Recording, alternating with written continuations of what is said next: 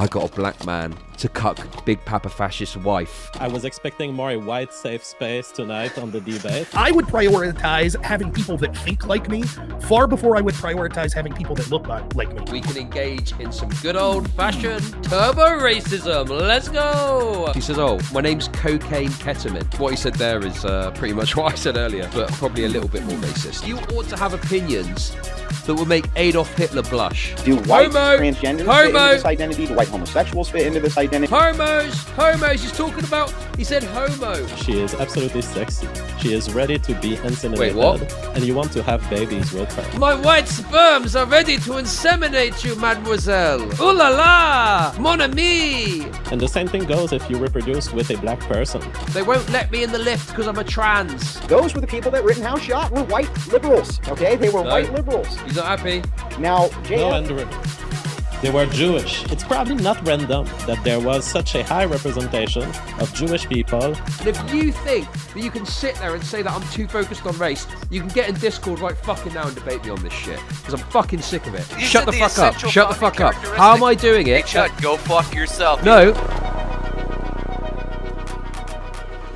What is this? Also, wait a second. What's this news? How's the Crucible doing anyway? The Crucible is Big Papa Fash's kind of step away from politically provoked, right? Racistly is how it's doing. I don't know what's going on here. Okay, people are joining the call. Say hi to everyone and let them know where they can find you. Hello, can you hear me? Yes, sir, we can. Can you hear that? Okay. All right, cool. Yeah. Hello, Sean Last. You can find me. The best place is probably just on Twitter. Name on there is Sean Last, so easy to find. Nice to meet you, Sean. And our next person we're going to bring out, we all know him. He's been on the Crucible before. Rob Noerr. How you doing, Rob? Doing fantastic today. The wife says I have to hang up Christmas lights tomorrow, so this is the last bit of fun I get to have before I'm up on some ladder tomorrow. But I'm going to be doing that all weekend, bro. I know where you're at. It's a pain. It's going to stay up till like May for me. Hey, everybody. I'm Andrew Wilson. You can find me right here at the Crucible. I'm very happy that everybody came on for this debate. It's going to be a good one, I think.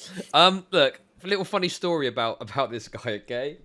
So, a little while ago, I covered his, split with Politically Provoked, right? And I was just chatting mad shit about everyone involved, right? Brittany from Politically Provoked was getting some. Andrew Wilson, Big Papa Fascist, was getting some, right? I was dishing it out left, right, and centre. I didn't care, right? Scorched earth. Everyone gets a bit of lip, all right? That was my logic on it, okay? Now, later on, right, I was in, someone invited me to the Crucible Discord, and I normally, if someone sends me a Discord invite, right, I just join it. Always looking for new kittens. No, I'm just kidding. That's a meme, okay? We don't need to reinvigorate that drama right now. So anyway, I was in there just existing, okay? I wasn't doing anything. I wasn't posting in there or anything like that, right? And then out of the blue one day, this Andrew Wilson, Big Brother Fascist guy, ats me, right? And he's like, at ChudLogic, I see you in here. I see that you were chatting a lot of shit about me on stream. I want to debate you. And I was thinking, what do you want to debate me on? How many cocks of the local football team your wife can take? What do you mean? That's the kind of stuff I was generally talking about, you know? How many fucking cum loads your wife can take in a gob whilst you watch from the cupboard, jerking yourself off? What exactly is it you want? What tangible thing is it you want to debate me on here? Because it was literally just shit talking like that. I didn't really, I think it was just mainly stuff like that, you know? And yeah, I kind of just ignored it. So I was like, I don't have a problem with debating someone like Big Papa Fascist, right? I'll debate Big Papa Fascist, no problem. It's cool. I'll have a chat with the guy. But the issue that I've got is that I'd have to research for it probably. And not only that, I'd have to have an insight into the kind of stuff he's going to use to because he's kind of like Mr. Study man. Oh, here's a study, here's a study, here's a study. Because you need to understand what they're going to come with, because then you can look at it and see if it's any good or if it's a load of rubbish and point that out. And I just can't be bothered. I just can't be bothered to do some research for some debate. Welcome with someone called Big Papa Fascist. Debate me on how many times a day it's normal to Hey, thanks very much for the sub. Actually, I think his wife follows me. I think me and his wife are mutuals on Twitter now for some reason. So yeah, I probably shouldn't be so rude. You know, I've got a connection there. Maybe I should drop her a DM. drop her the Pingala DM. Anyway, listen. Imagine cucking Big Papa Fascist. That would be such a great meme. I don't think he'd ever live that down. I don't think he'd ever live that down, would he? That would be an incredible meme. Okay, listen.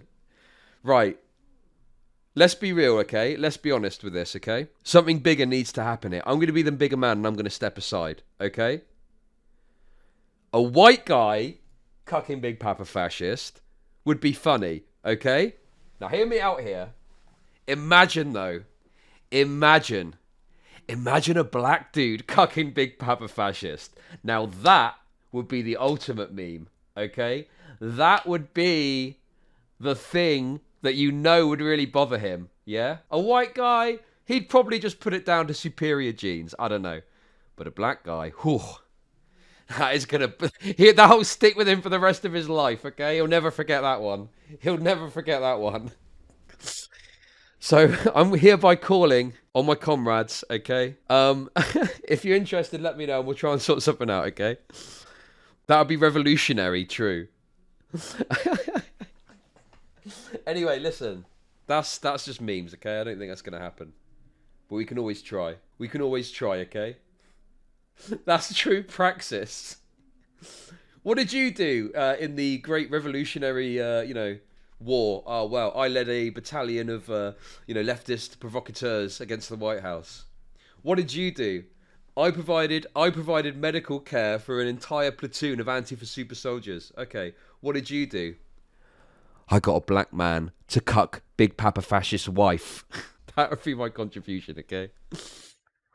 Oh, it's for a good cause. And then I get the medal. I'd get the medal for leading that operation, okay? Okay, I don't want to get in too much trouble here, right? I've got a few ideas. What would we call it? What would that... So this is like an operation that we're going to engage in of like subterfuge, of espionage, of secrecy, of the highest order. What would we call the operation to get a black dude to cuck Big Papa Fascist? What would we call that operation? We need to know.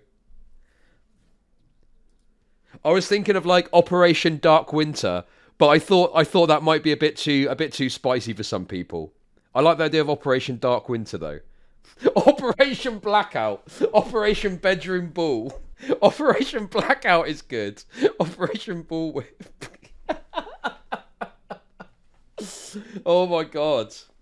You could just imagine, you'd have like this, like in movies where you get like a war room and there's all these generals milling about and they're looking at all these readouts and they're talking to like junior staff and there's like people, they're talking to each other and it's all hustle and bustle, and a squad of soldiers walks in and they go up to the leader and they get their hushed orders about what they need to do. The special forces, the CIA Special Activities Division, special forces. That would be what we'd have, We'd have people doing memes, people calculating optimum DM approaches, optimum DM slide-ins to get the best results, Oh, wait! This is it. This is the one. We've got it. Operation Black Buck. Operation Black Buck. Oh my god. Holy shit. Okay, this is a great bit. But we've got to get on with the video. We're never going to finish it, okay? Holy moly. Okay, let's continue. Come on. Cool. So we all know the rules. We've been here. We've seen everything. We're going to give opening statements. Then we're going to go into a crossfire examination. After that, you're going to give closing statements. And then we're going to interact with the audience for audience questions. Obviously, since our team is kind of home right now, we're going to give the challengers, JF and Sean, the floor first to make their statement. And then we're going to move over to Andrew and Rob to make their statement. So JF, Sean, you guys want to take over? All right, Sean, did you want to go first? Wait, or I'll go first? Are you kidding me? Tariq Nasheed is going to play the role of the soldier that does the cucking, okay? We're going to get Tariq Nasheed involved, all right? In the dramatization of events. It doesn't matter to me. Do you have a preference? All right, well, I'll go first, and I'll go fast. Essentially, tonight we are debating whether it's worth identifying as white or kind of hiding Right, here we ourselves go. from this Let's get reality sensible. for the purpose of perhaps pleading to the left, of pleasing to people around us, of not stepping over toes, social taboos, and awkwardness that this may result in. And me and Sean Last are standing for the idea that yes, it is worth it to consider ourselves as white descendant of the European people that carries with us our culture, our genes, and Okay, listen, straight away from the off, as a European, right, as a genuine European, okay, not some freak mongrel like whatever freak mongrel European Gary Epi is, right? I'm pure blood European, okay? We're gonna go on those fucking terms. I'm fucking pure blood European, all right? And let me tell you something. The idea of being European is stupid. There's no such thing as that, okay? It doesn't make any sense. Because especially when you talk about it from a cultural perspective, okay? When you talk about it from a cultural perspective, it's literally like, what do you mean from a cultural perspective, right? Because the culture of like my country, England, or United Kingdom, but England even, right, is so vastly different to France, which, you know, you can get to with like a couple of hours on the train. It literally doesn't make any sense. If you went to England, right, and then you went to France after, you would be like, you know, amazed at the differences between the two. You can get on the train to England through the sea. Yeah, the Channel Tunnel.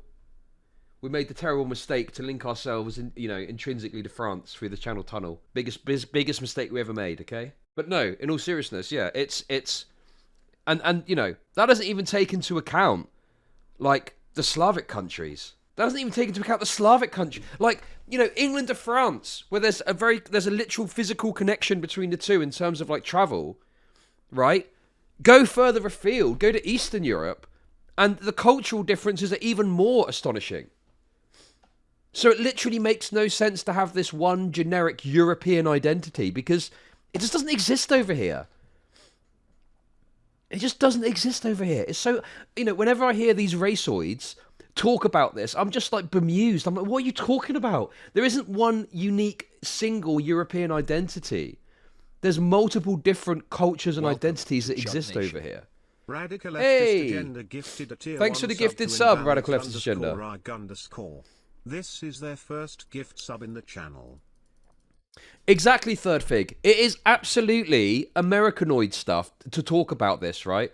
Because Americans, and by, you know, extension Canadians, look at Europe as like one thing, as one like unit, but it's not like that at all. It's just bemusing to me as someone that actually lives in Europe. our ways of life, and that with a disinformation around this idea that you are white and that it matters, you are opening yourself to political attacks that in any case will treat you as a white person. So if our enemies, if the people who want to hurt us consider us as white, that's one first reason already. Wait, isn't one European identity desirable? I mean, not really.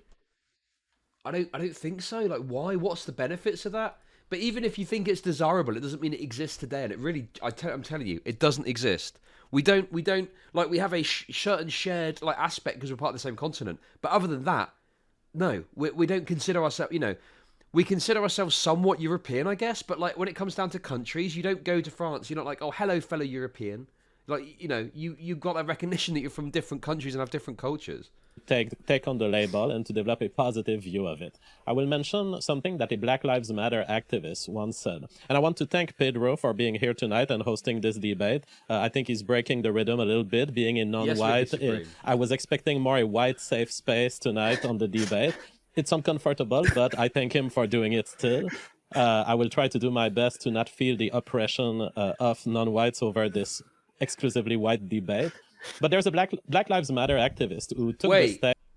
A French cares more about a Swede than an Afghan. A Frenchman cares more about an American than an Afghan. A Frenchman cares more about an Australian than an Afghan. And that's to do with like whiteness. That's to do with the constructed white identity, right? That's nothing to do with like Europe as such. It's to do with like we have decided that a certain skin tone is white, and that's got a lot of political weight. That's what that's about. By force, took the mic on I don't know, it was some kind of local shows or whatever. She took the microphone and she said the following things very recently. She said, "We want to say Kyle Rittenhouse is not just any random killer. He's a white supremacist killer. He's a vigilante. He's a descendant of white Americans who killed black and brown people." And then someone in the crowd said he was acquitted of all charges. She says, white supremacists back in the day were also acquitted of all charges, if we have read history. Kyle Rittenhouse didn't get a guilty verdict because he was fucking white, she yells in the microphone. All this to say, the people who are the enemies of not only the transmission of our culture and of our own existence into the future, but even our rights to protect our own life, are willing to treat us as white. And they will treat you as white whether you endorse the label or not. What you do when you give up white identity, when you give up the reality that your genes matter and that who you are will matter in your reproductive life, is you are opening the door for any of these activists, these Black Lives Matter activists, to come to be the only definers of white is. And in their head, white means oppressor, white means slave masters, and you are guilty of it. Even if you didn't do anything, they will claim that your ancestors did it. Even if your ancestors didn't do it, they will claim that some ancestors that look like your ancestors did it. In the end, you win nothing by fleeing that conversation, by cowering, and by letting yourself be intimidated by leftist extortion or by threats of being called white supremacist in the media or being smeared. That doesn't mean that everyone should wear a flag or something that says, "I'm white and I'm proud of it." Sometimes you might want to not mention it. But as far as public personalities like me, Sean Lass, and I think Andrew and Rob should do that also, public personalities should be willing to take those hits and say, no, we're still going to carry on an important discourse around who we are and why it matters to us. If we give up that, our enemies will be the only one defining us, and they won't define us in beautiful words. That is what I had to say in my opening statement. When I hear stuff like that, especially when he goes so heavy with like talking about BLM or what some BLM activist has said, it just shows you like how like intrinsically involved and how in the culture war like JF Gary Epi is, and how important the culture war is to like his whole message, you know? Yeah, some people will think you're racist, so you might as well be super racist. And the problem with this as well is obviously these people, like, what does it, this is where like it comes into the problem of like, what does it even mean to be white? You know, what does it even mean to be white? I call myself white as like an easy identifier. Like, people, generally speaking, if I say to people that I'm white, you're going to know what that means. You're going to know roughly what the tone of my skin is. You're going to have a rough idea, like in England, what my experience is day to day. And things like that, you know. But I don't like identify with the label of white as such. It doesn't really mean that much to me, you know. I see myself more as an English person or someone from the UK or something like that. You know, maybe at some point I consider myself somewhat European, but that's just more of like a geography thing rather than being a meaningful kind of shared culture that exists across the whole of Europe, which obviously is what these people are going about. But yeah, I don't know. Does anyone like particularly identify with like being white? I genuinely just am like, ugh, whatever. I don't really.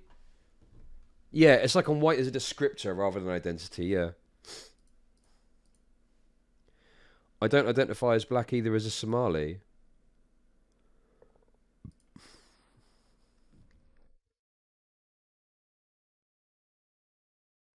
Yeah, exactly, Cosmic. Yeah. Racists just are Pokemon types, and racists want you to be thankful they put you in the cool category like psychic type or something. Yeah, exactly. Like, obviously, the other big problem you've got with this is the fact that that like what is white has changed over time. You know, like the Nazis, for example, committed terrible atrocities against Slavic people because they weren't the right kind of white, and in their mind they probably weren't white. But then Slavic people were considered by others to, like, it's Irish as well. The Irish were not considered to be white for a long time. Now generally they are, but it's a big mess. It's a big old fucking mess. You know, race is a very complicated issue. But people like this just want to boil it down to basic culture war talking points. Ah, well, we're white. Black Lives Matter said we're bad, so we might as well just be white and be racist, more or less. And it's like, Okay, but like you're really oversimplifying what's a very complex like sociological issue here, you know, for the sake of your culture war talking points. All right, Sean, did you have anything to say? Yeah. I'll try to not be too redundant with what JF said. So I think that when we talk about group identities in general, there are a few different things that a group identity can do for a person. In the first place, it directly impacts how they think about themselves. It also helps them navigate the social world in terms of having a preference for interacting with people of the in-group to some degree relative to the out-group. And to the degree that the group membership matters sort of in the external world, it also helps them explain and understand the external world. And I think that racial identity for white people fits all these things very well. So in the first place, group identity in general seems to predict psychological well-being among people, and racial identity in particular predicts things like higher self-esteem among white people in particular. In terms of sort of socially navigating the world, the fact of the matter is that ethnic diversity at the community level predicts worse psychological well-being, whether you measure it in terms of social cohesion or like suicidal ideation and that kind of thing. White people tend to enjoy things like employment or schools less the more ethnically diverse they are. And even, you can look at like relationships and the success rate of interracial relationships and those sorts of things, so they tend to be lesser.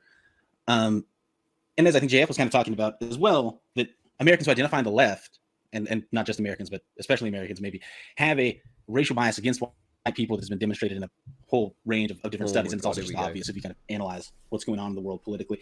It also helps you understand a lot of things about the world if you think about the world through a very racial lens. What studies is he talking about? And I love that little, well, if you just look at the world. If you just look at the world, it's obvious. Like, what studies is he talking about, though? Things that are relevant to American politics. Like, for instance, we have a lot of national conversation about why the American education system is so bad relative to the European one. Why do we have such low PISA scores? And the answer to this is like literally because not white people are here. The white Americans score better than most Northwestern Europeans do, in fact, on the PISA scores, if you break them down that way. If you want to understand U.S. presidential elections, a racial lens is very helpful. If you want to understand crime, thinking through a racial lens is very helpful. I mean, race of a location, like the racial distribution, how should I say this? The percent black of an area is a better predictor of crime rates than are things that you hear talk about way more, like unemployment rates, poverty, these sorts of things.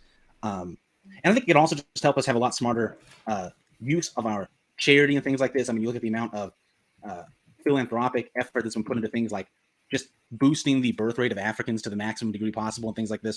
Just a whole bunch about the world would be a lot more sensible, and we could correct a lot of bad actions, I think, through viewing it through a racial lens. And I guess the last thing that I want to note as a sort of opening thing is that, of course, identity is something that's on a continuum, and you don't want to hold it too strongly or in a problematic way. And what specifically we want to avoid, right, is an inability to understand flaws of our own group and to irrationally dislike members of other groups. We want to aim for a level where we can derive the benefits from group identity without some of those negative costs. And I actually think this is very analogous to the case of individual ego, right? Where if you have a very strong individual ego, you become a narcissist, you can't see problems with yourself, you become very bad at interacting with other people don't like you and this sort of thing.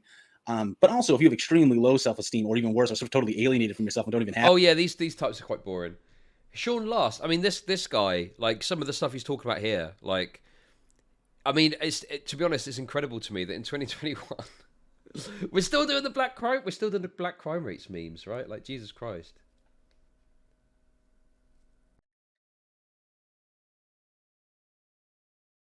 I don't know whose phone is going off. But yeah, these people are pretty boring.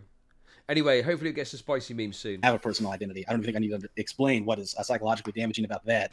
I think group identity is kind of the case, the same sort of case, I should say. So yeah, that probably is an outline of my general perspective. So hopefully an okay opening statement. All right. And Andrew? Yeah, absolutely. You know, the things that you're saying, he's talking about, you know, well, an area of like what percentage is black is an indicator of crime, right? Well, there's two ways that you can look at that more or less, right?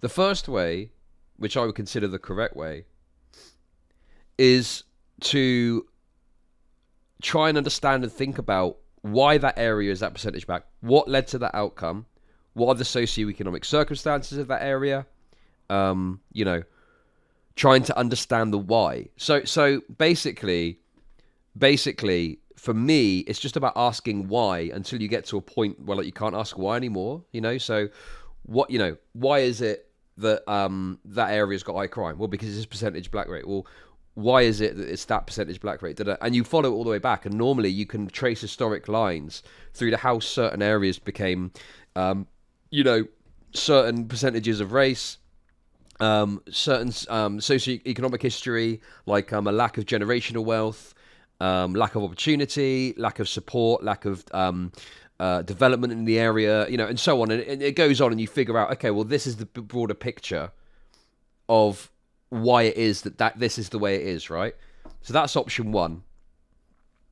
Option two is you look at that and you ask why, and you go, well, it's because black people bad, right? Like that, putting it simply, but that really is more or less what you come out with race realism, rather than an interrogation and trying to understand why something is the way it is.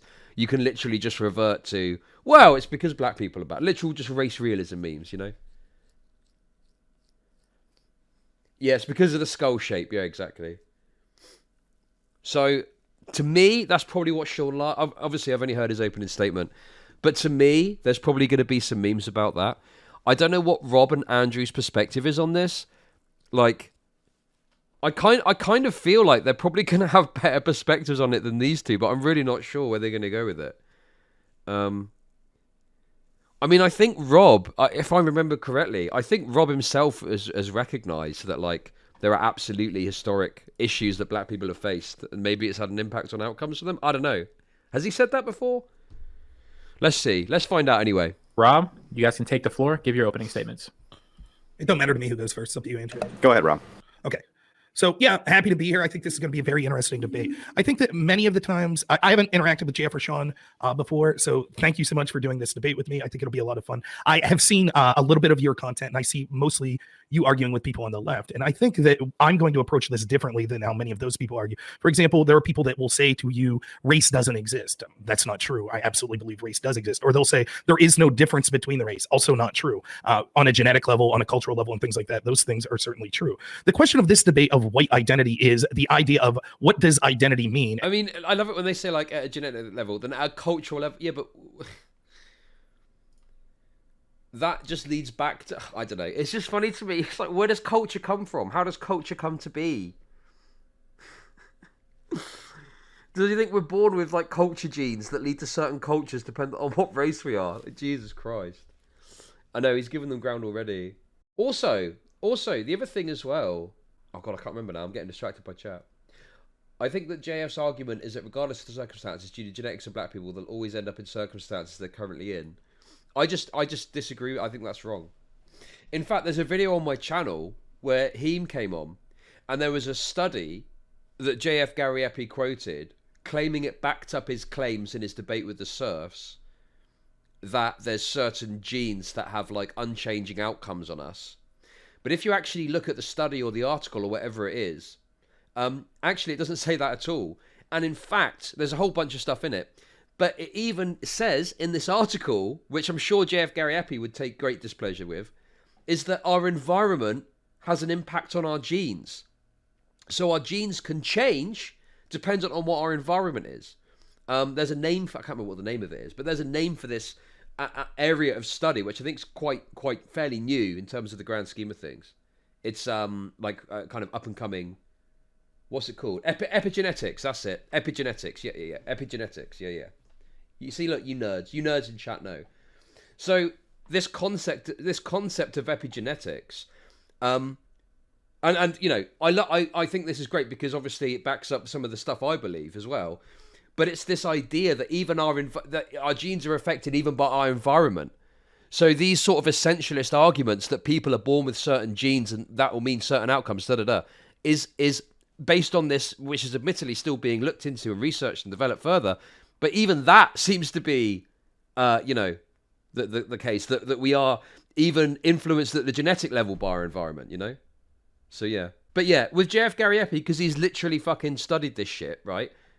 You need to go into, if you were ever to have a debate with him, you would need to be an expert yourself in this stuff. Otherwise, you're wasting your time because he'll just run circles around you because, you know, it's that thing of like, he can know a little bit more than you and make you look silly, even though he might not necessarily be right, you know? Yeah, exactly. Epigenetics undercuts a lot of genetic determinism arguments, precisely. And that just adds more fuel to the arguments that people make in regards to how environmental factors, essentially like materialist or Marxist kind of perspectives, in that how environmental factors are even more so foundational to our outcomes than anything else, Anyway, let's continue. And how should we embrace that? And for me, I believe that the United States is the greatest country in the history of the world because it focused on the individual. Unlike other countries at the time that focused on collectives of people like an oligarchy or a religious class or a monarchy and things like that, the United States understood that if we maximized individual liberty and responsibility, we would collectively come up with the best country possible. And I think that that sort of thought is also beneficial today. And that's how I try to prioritize my world. So even though there are collective truths and how we can identify ourselves in many sorts of groups, we should strive as much as possible to understand that there is utility in grouping together on some of these things, but we maximize the idea of individuality. Because of that, I think that oftentimes identifying as white or as a particular race, whether it be white or black or something like that, it doesn't make you immoral. You absolutely have the right to do it. And there's certainly utility in doing it at points, but it should not be the predominant signifier that we use as our identity. We should focus first and foremost on individuals. And second, if we are going to say that it's inevitable that we look at each other through a group identity, I don't understand why race would be that which we prioritize. I would prioritize having people that think like me far before I would prioritize having people that look like me. Okay. And it might be true that people of similar race or similar cultural backgrounds tend to be more likely to think alike, but it's not always true. And the problem is if we focus uniquely on racial identity, what happens is we include a bunch of people that aren't like-minded. In fact, if you're a conservative and you say, well, we want to group ourselves by race, some of the most... But the thing, like, what one believes has got, like, more so, again, that's, like, to me, way more to do with environment, obviously, I would say that, but, like, than your race, right? Like if you're, say, like let's say a white person, right? If you're a white person and you grow up in a more progressive country, right? You're likely to have more progressive views than a comparable person in a more regressive country that's also like a white majority country, right? But yeah, I mean, listen, I don't know. Maybe I should be going a bit easier. I feel like we kind of have to take what we can get with this debate. I don't know. There's obviously no lefties on there or anything. It's literally right on right violence. So yeah, I don't know. I mean, as a righty, I guess it's all right. I mean, what more can I ask for? Liberal people in existence are white liberal elite people that we see in places like academia, but you also exclude a lot of people. And if this is a conservative, this is something that should matter to you because some of the most conservative people are people that aren't white. For example, Cuban Americans, people that came from Cuba, tend to be far more conservative on average than white people. Also, there is a lot of conservatives on average in the black community, and so on and so forth. So that's my primary contention, that I don't think that the best thing to focus on is racial identity. I think there are other identities that are more useful to group us together, and I think the individuality matters most. The last thing I'll say is the idea that I think you're absolutely right that there are people that seek on the left who say, you are white and therefore we demonize, and that's one of the things that I think traditionally people you debate with probably don't agree with, but you're absolutely right to say that. Both of you are right. The problem is I absolutely think we should push back, and you absolutely shouldn't be afraid. I contend that you should never, ever, ever take an accusation that you're racist or something like that serious. You know in your heart that what you are. And if you're not racist, then you tell these people to F off. It doesn't matter what they're trying to label you. But to the extent that we cede the ground to them, if we allow them to be the sole arbiters of grouping people by race, well, no, that's not true. You can still push back and say, I won't allow you to attack me by race, but I still don't need to predominantly identify myself based on race. And in fact, I think the opposite is true. The more we say, well, the other side's playing the game, so we need to play the game too, the more we legitimize the other side. And if you talk to people in radical race groups that are black identitarians, they'll tell you the biggest influencer on getting more people to their side are people that identify as white identitarians and vice versa. So I think the key... Damn, that's actually like an anti-culture war take from Rob. Listen, I'm going to say that's a base take from Rob there. For having a anti-culture war take. Okay, fair play for that one, I guess. That's about as good as it's going to get, I think. The key thing to do is to stop as much as possible playing that game. That doesn't mean you can't defend yourself against those accusations, but we shouldn't predominantly defend ourselves based on a race. Instead, we should be looking at individuality and defending ourselves based on ideology, our beliefs, and things like that. Okay. So there's a lot here I have to say. It's also going to be very brief. Just understand that I'm talking in generalities. I'm not accusing my debate opponents of any of the things that I'm about to say. I'm just speaking in generalities. I'd like to take a minute before I say anything. Thanks, Sean Last and JF, for doing this debate. JF has been a Crucible regular, and I have great respect for him. I wanted to do this debate with these men who wouldn't take things that I said personally, but would respectfully disagree, and we could get to the heart of the issue. My views on this are often misrepresented by my enemies. The heart of the issue, a.k.a. we can engage in some good old-fashioned turbo racism. Let's go! in order to create division, and I'm happy to set the record straight. I don't hate any European peoples. That's absurd on its face, and I advocate day and night for increasing their birth rates so they don't die out and don't end up becoming a footnote in history. I advocate this, in fact, humanity-wide, as this may be the thing, in order to create division, and I'm happy to set the record straight. I don't hate any European peoples. That's absurd on its face, and I advocate day and night for increasing their birth rates so they don't die out and don't. European people increasing their birth rates. Listen, that's all well and good, okay? That's all well and good, Andrew, but I'm going to be honest with you, right? There's a lot of European nations, and I'm not having sex with the people from those European nations, okay? Fuck that. Fuck that. You think I'm going to have fucking sex with a French woman? You're fucking joking, aren't you? You've got to be joking me. The only time I ever had sex with a French woman, I was in London, okay? I was in London. Listen, this sounds crazy, but I'm telling you the truth. I wouldn't lie to you about this. This is a genuine story, okay? This is a fucking genuine story. I was in my early 20s. I was there for some work thing the next day, and I was staying overnight in a hotel, right? I was wandering about the streets of London. I was wandering down Oxford Street, and there were a few clubs open. I went to a bar and just got a drink and was just vibing, right? Wandered about a bit more. Anyway, random, I got chatting to this this girl, French woman, you know? And I said, what's your name? And she said, oh, well, my friend, listen, this sounds bullshit, but I promise you, I fucking promise you this is true, okay? She says, oh, my name's Cocaine Ketamine. I was like, what? And she's like, yeah, my friends call me that because I do a lot of cocaine and a lot of ketamine. And I'm thinking, well, yeah, that kind of makes sense. Okay. So anyway, she was there for like a few more hours doing leafleting or whatever, right? And she said, well, come back and meet me after my shift. And, you know, I put 2 and 2 together. I'm like, okay, well, that probably means we're going to fuck, I guess. Like, I don't know. Anyway, I went off and came back like a couple of hours later. And lo and behold, there was Cocaine Ketamine. Okay? There was Cocaine Ketamine. She likes to party. Anyway, we get in a cab. We start heading back to my hotel straight away. You know, bear in mind, I've only been speaking to her for like a couple of hours, okay? Like, Jesus Christ. We start like, you know, kissing and that in the taxi. We get back to the hotel. Okay, we do the business. Kind of hot, like she's speaking French during it. That was kind of hot, I guess. But then as soon as the deed is done, right? I'm like, okay, so like, what, are you going to stay the night or something? Thinking maybe we can do that again because it was fun. No, she gets dressed and just fucks off straight away. For literal French exit. Literal fucking French exit. Are you kidding me? What a load of fucking bullshit. Anyway, fucking, yeah, got murked. Murked by a Frenchwoman. Literal Chad maneuver. The night was just getting started for her. Yeah, exactly. More pricks than a used dartboard that night, probably. Anyway, yeah, it was really weird. Anyway, she fucked off. I think we swapped numbers. I think I don't know if we even messaged, but I tried to get in touch with them when I was in London again, and yeah, never was able to. So to this day, Cocaine Ketamine, the only French woman I've, you know, lain with, never heard from her again. I wonder what she's doing now. At least you didn't meet a Listen, Deadman, I was... Let's not get too explicit, right? But let's just say, yeah, I was double bagged, okay? I wasn't really double bagged. But yeah, protection was key. Literally, I've been speaking to her for a couple of hours. Okay, I've been speaking to her... Number one, I've been speaking to her for a couple of hours and she was willing to have sex with me. Okay? Number two, her name was Cocaine Ketamine, right? Number three, she's French. For those 3 reasons, I was certain to use protection. Because I don't even know what the consequences might be if I didn't, all right?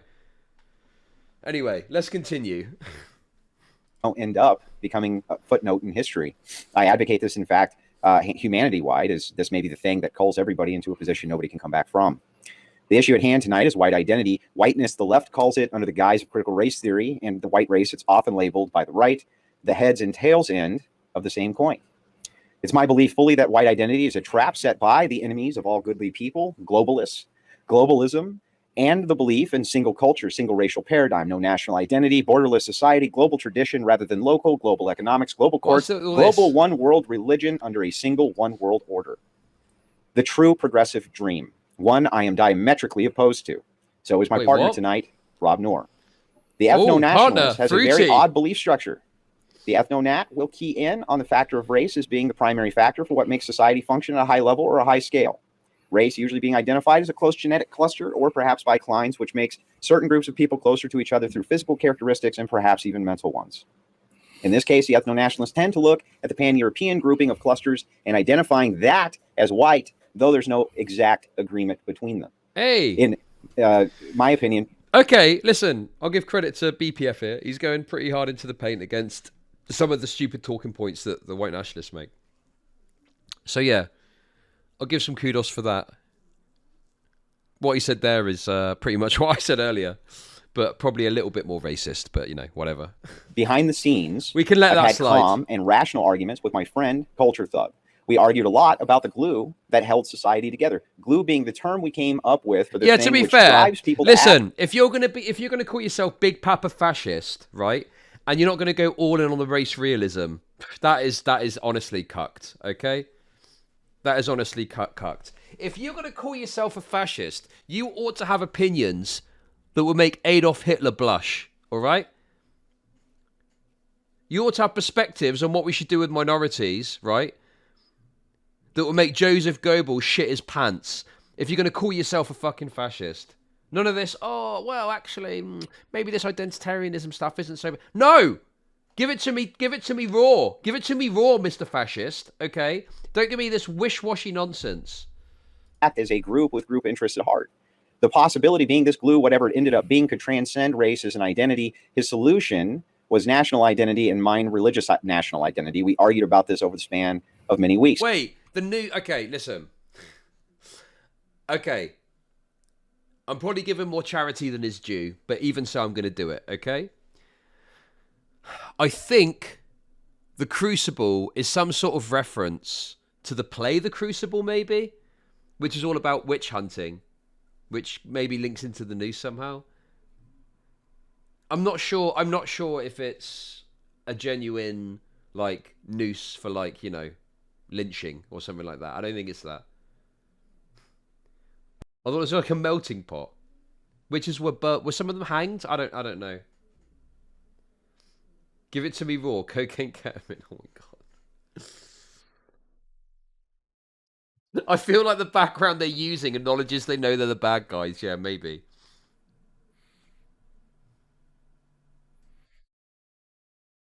Yeah, the logo's a bit spicy. Oh, did I tell you as well? I think I got a message on Twitter. It was like in my message request. I don't think I've responded to it. But I think they reached out. They wanted to do like a debate and interview with me or something as well. But I never responded to it. I'm bad at responding to DMs at people that I like. Or you know or whatever, let alone these types. Oh, the Crucible is to forge the greatest ideas for the extreme heat of debate. Yeah, Arthur Miller play. I studied it at drama studies. I was an actor when I was younger. Listen, you can't keep using my stories against me, okay? My stories of sexual behaviour from my youth. I'm a changed man. I'm pure now. I'm pure. I haven't had an inappropriate thought for nearly 15 years, okay? This is important as a fundamental question to ask, is race your identity, or is the culture around your identity what your identity ends up becoming? Is this a choice or is it not? If I were to do the perfect science experiment, I might use JF's logic of twin studies. I would take a homogeneous nation, both racially and culturally, that had thousands of years of shared history, and then I would divide it. And I would isolate the division. I would introduce two different cultures to the now isolated peoples who had shared this race and culture, a twin study at the national level, if you will. Such a study has already been done, North and South Korea. One people with a shared race, a shared history, and a shared culture, completely divided along ideological lines. So much so that one culture is so different from the other at this point, they share nothing in common and are willing to exterminate each other at a moment's notice. The racial identity did not save them from this division based on ideology. I don't think North Korea and South Korea want to exterminate each other completely. Like, I think there's people that push for reunification. But I don't... Listen, I'm going to get called a North Korea stan here, okay? I don't think North Korea want to exterminate South Korea, do they? Or, like, even vice versa. Don't they just... Each side want reunification under the same government? Like, what would North or South Korea gain? From from eliminating the entirety of the other side and exterminating the other side. You know, that's like labor power. That's, you know, whatever. That's like people. You know, even if you don't want to look at it from an ethical perspective. So even if you don't look at it from an ethical perspective, North Korea, purely from a perspective of like labor power, wouldn't want to wipe out the entirety of South Korea. That just sounds like Americanized, like foreign policy nonsense, you know? This same experiment is being repeated with the supposed white race at a global level. Whites don't share a universal culture. They don't have a complete shared history, and they aren't nearly as close to each other as Koreans are, and yet look at Korea. When pressed, the ethno-nationalist has a hard time identifying what they want besides racial homogeneity. Do white transgenders fit into this identity? Do white homosexuals fit into this identity? Homos! He's talking about, he said homo. White communists fit in this identity, and progressives. Do I need then to choose the white transgender over the black Christian for the ethno-state? Do white low IQ people fit in to the white identity? Oh, damn. Not to mention they are everywhere with what type of state they want. Socialist, says Eric Stryker, and that the Jews push capitalism. But Martinez claims capitalism and the Jews push socialism. They're all over the fucking place. Some want segregation, some don't. Right? Some who want nationalism, some want globalism. Even the ethno-nationalists who agree with the white identity can't seem to agree on any fucking thing else. It's absolutely insane. This is the end-all, be-all to our problems. It clearly isn't. Just identifying as white isn't going to save you. All that will save you is having children and God. That's it. Whites aren't unified now, and the truth is they never have been, and they're never probably going to be. The trap of forcing this identity, which takes away our actual individual identities, and actual ethnos is being taken from us for this arbitrary identity that nobody can really define and can't be culturally replicated, as they simply don't agree on what the culture should even be. Whites have embraced globalism far more in European nations than even here in this culturally and racially diverse nation of America. Europeans, in fact, invented modern globalism. And the European Union is a union of, quote, whites, which is completely run by white globalists. I have no interest in siding with these people. I have no interest in being counted a part of the Euro-globalist tribe. I'm not a fucking globalist scumbag. My interest... The Euro-globalist tribe... Oh, my God. It's like, listen, there's plenty of things you can criticize the EU for. The Euro-globalist tribe. I mean, that's a bit cringe, isn't it? I don't know. Globalism is a bit of a silly, like, it gets a lot of shit, right? But, like, I don't know, like, having good relations and good trade agreements between countries or whatever, like, I don't know. Like, where do you draw the line, I guess, is the point I'm trying to make. Like, when does it become unacceptable globalism? Or does he think that actually it's better if we don't have, like, that sort of thing? I don't know. I don't know what his entire fucking view of it is. But yeah, to me, I just think that, like, you know, there's certain, like, if you look at, like, the supply chain, for example, right? Like, that is an aspect of our society now which we've come to rely on. And it would be extremely damaging if we were to get rid of that. And that is like a cornerstone of, like, globalism, really. Yeah, what does it really mean? Because to me, like, international supply chains are a big aspect of globalism. Does Andrew Wilson think that's bad? Or does he think globalism is something else? Right?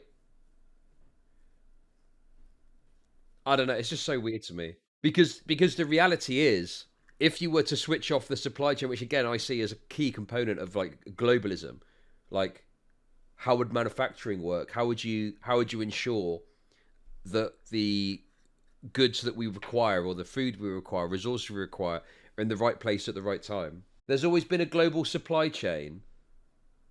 Yeah, but the level of international cooperation when it comes to the supply chain is astronomically higher than it was, you know, 500 years ago. My question would be, does Andrew like the United Kingdom? What changes between the UK and the EU that turns a good idea to bad? Yeah, that's a good question to ask. Is in a united national culture. The glue is what we're here to discuss tonight. We cannot share an identity if we don't share values, commonalities, and things like this. And that's my opening.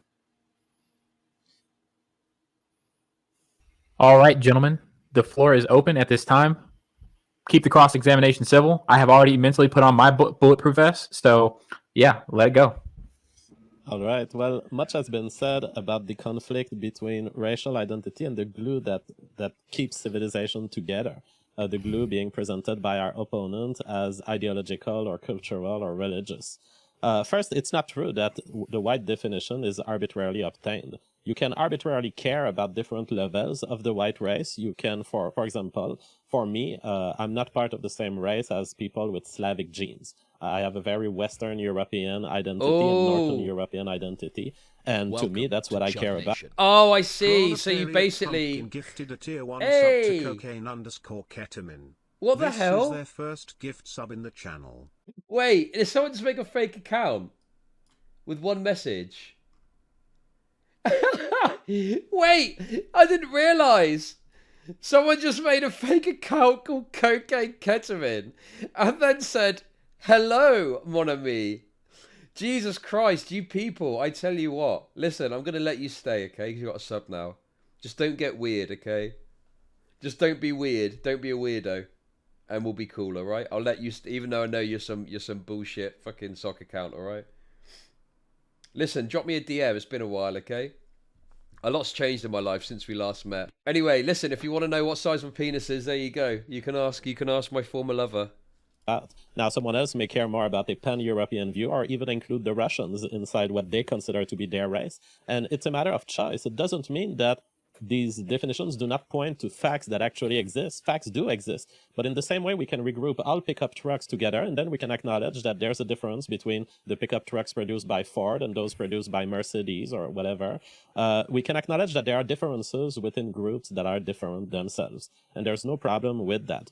Andrew has been pointing on the disagreements in certain races. The whites don't agree on socialism, capitalism. If I'm white, am I bound to be European thinking or like the European countries of today? Well, certainly not.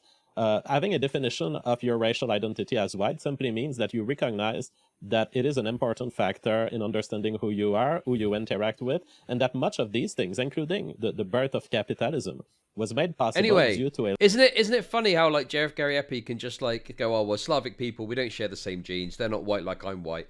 Like, would he apply this logic to like Irish people, where they have had a similar situation where they have been disregarded as being white in the past? Like, what does white even mean at that point then? Is white literally just whatever JF Gariepi thinks and what he thinks is good?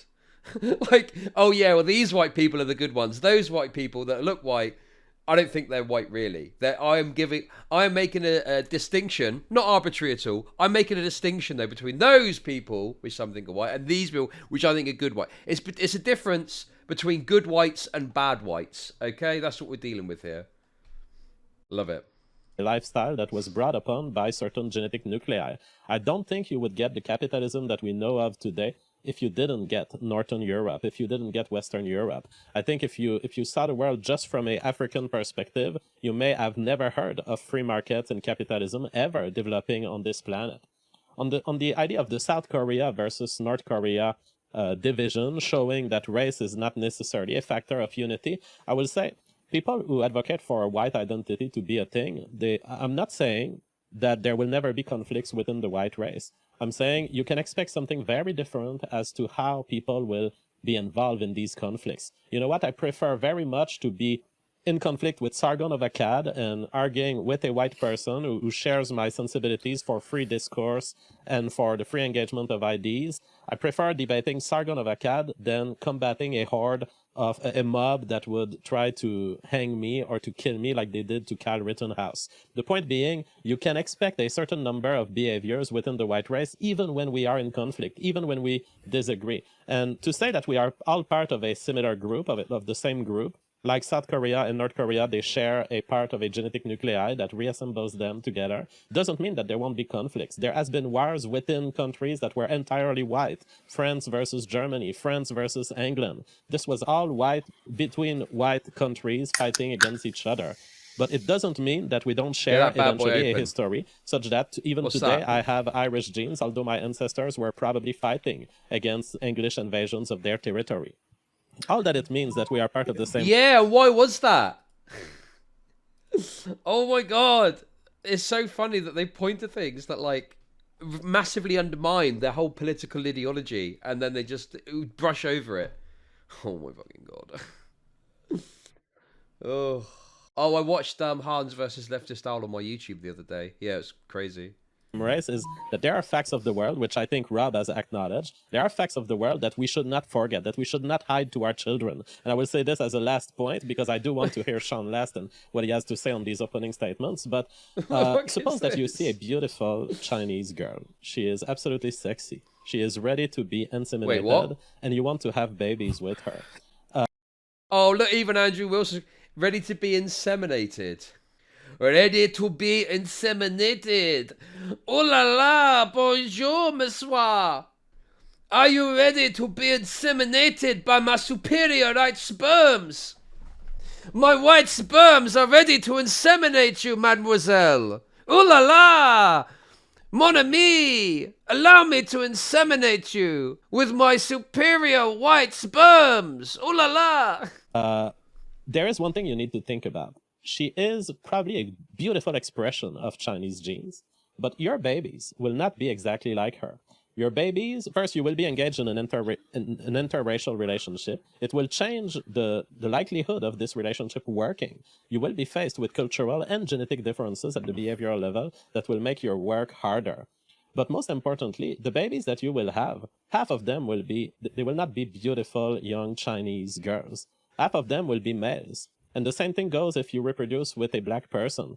Even if it's a beautiful black woman, half of your children will be half black males, and half of your children will be half black females. All this to say, sometimes you may have the impression in someone from another race that you can connect at an ideological level, but as the genes go through all the generations, we have a phenomenon called convergence toward the mean, in that no matter what the expression of the individual that you saw in front of you, this individual is carrying a genetic history with them, and their children will look like... Why does he care about the sex of his kids? It's wrong to falsely accuse someone of being a pedo, okay? So I'm not going to do that. I'm going to allow chat to arrive at its own conclusions, okay? Let's just say we all remember the story, don't we?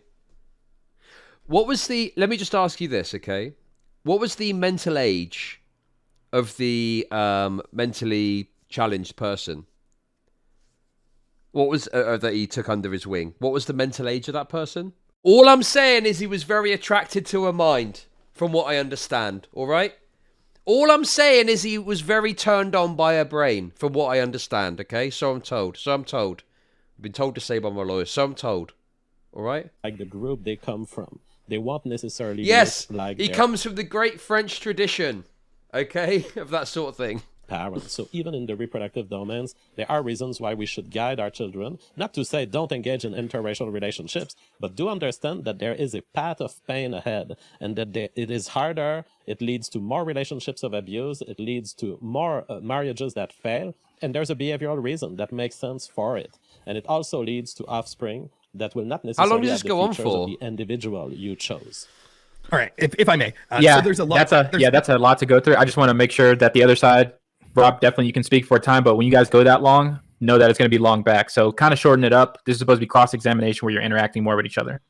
Okay, so one of the things that I think was said there, that there seems to be this focus on look and on skin color and things like that. And this is a mistake that I think is made when you talk to racial identitarians on the left as well. If you ask them, they'll repeat this mantra that says diversity is our strength. The reality is diversity is our strength, but also sometimes diversity is our weakness. It depends on the specific. Wow.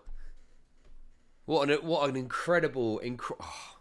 Diversity is our strength.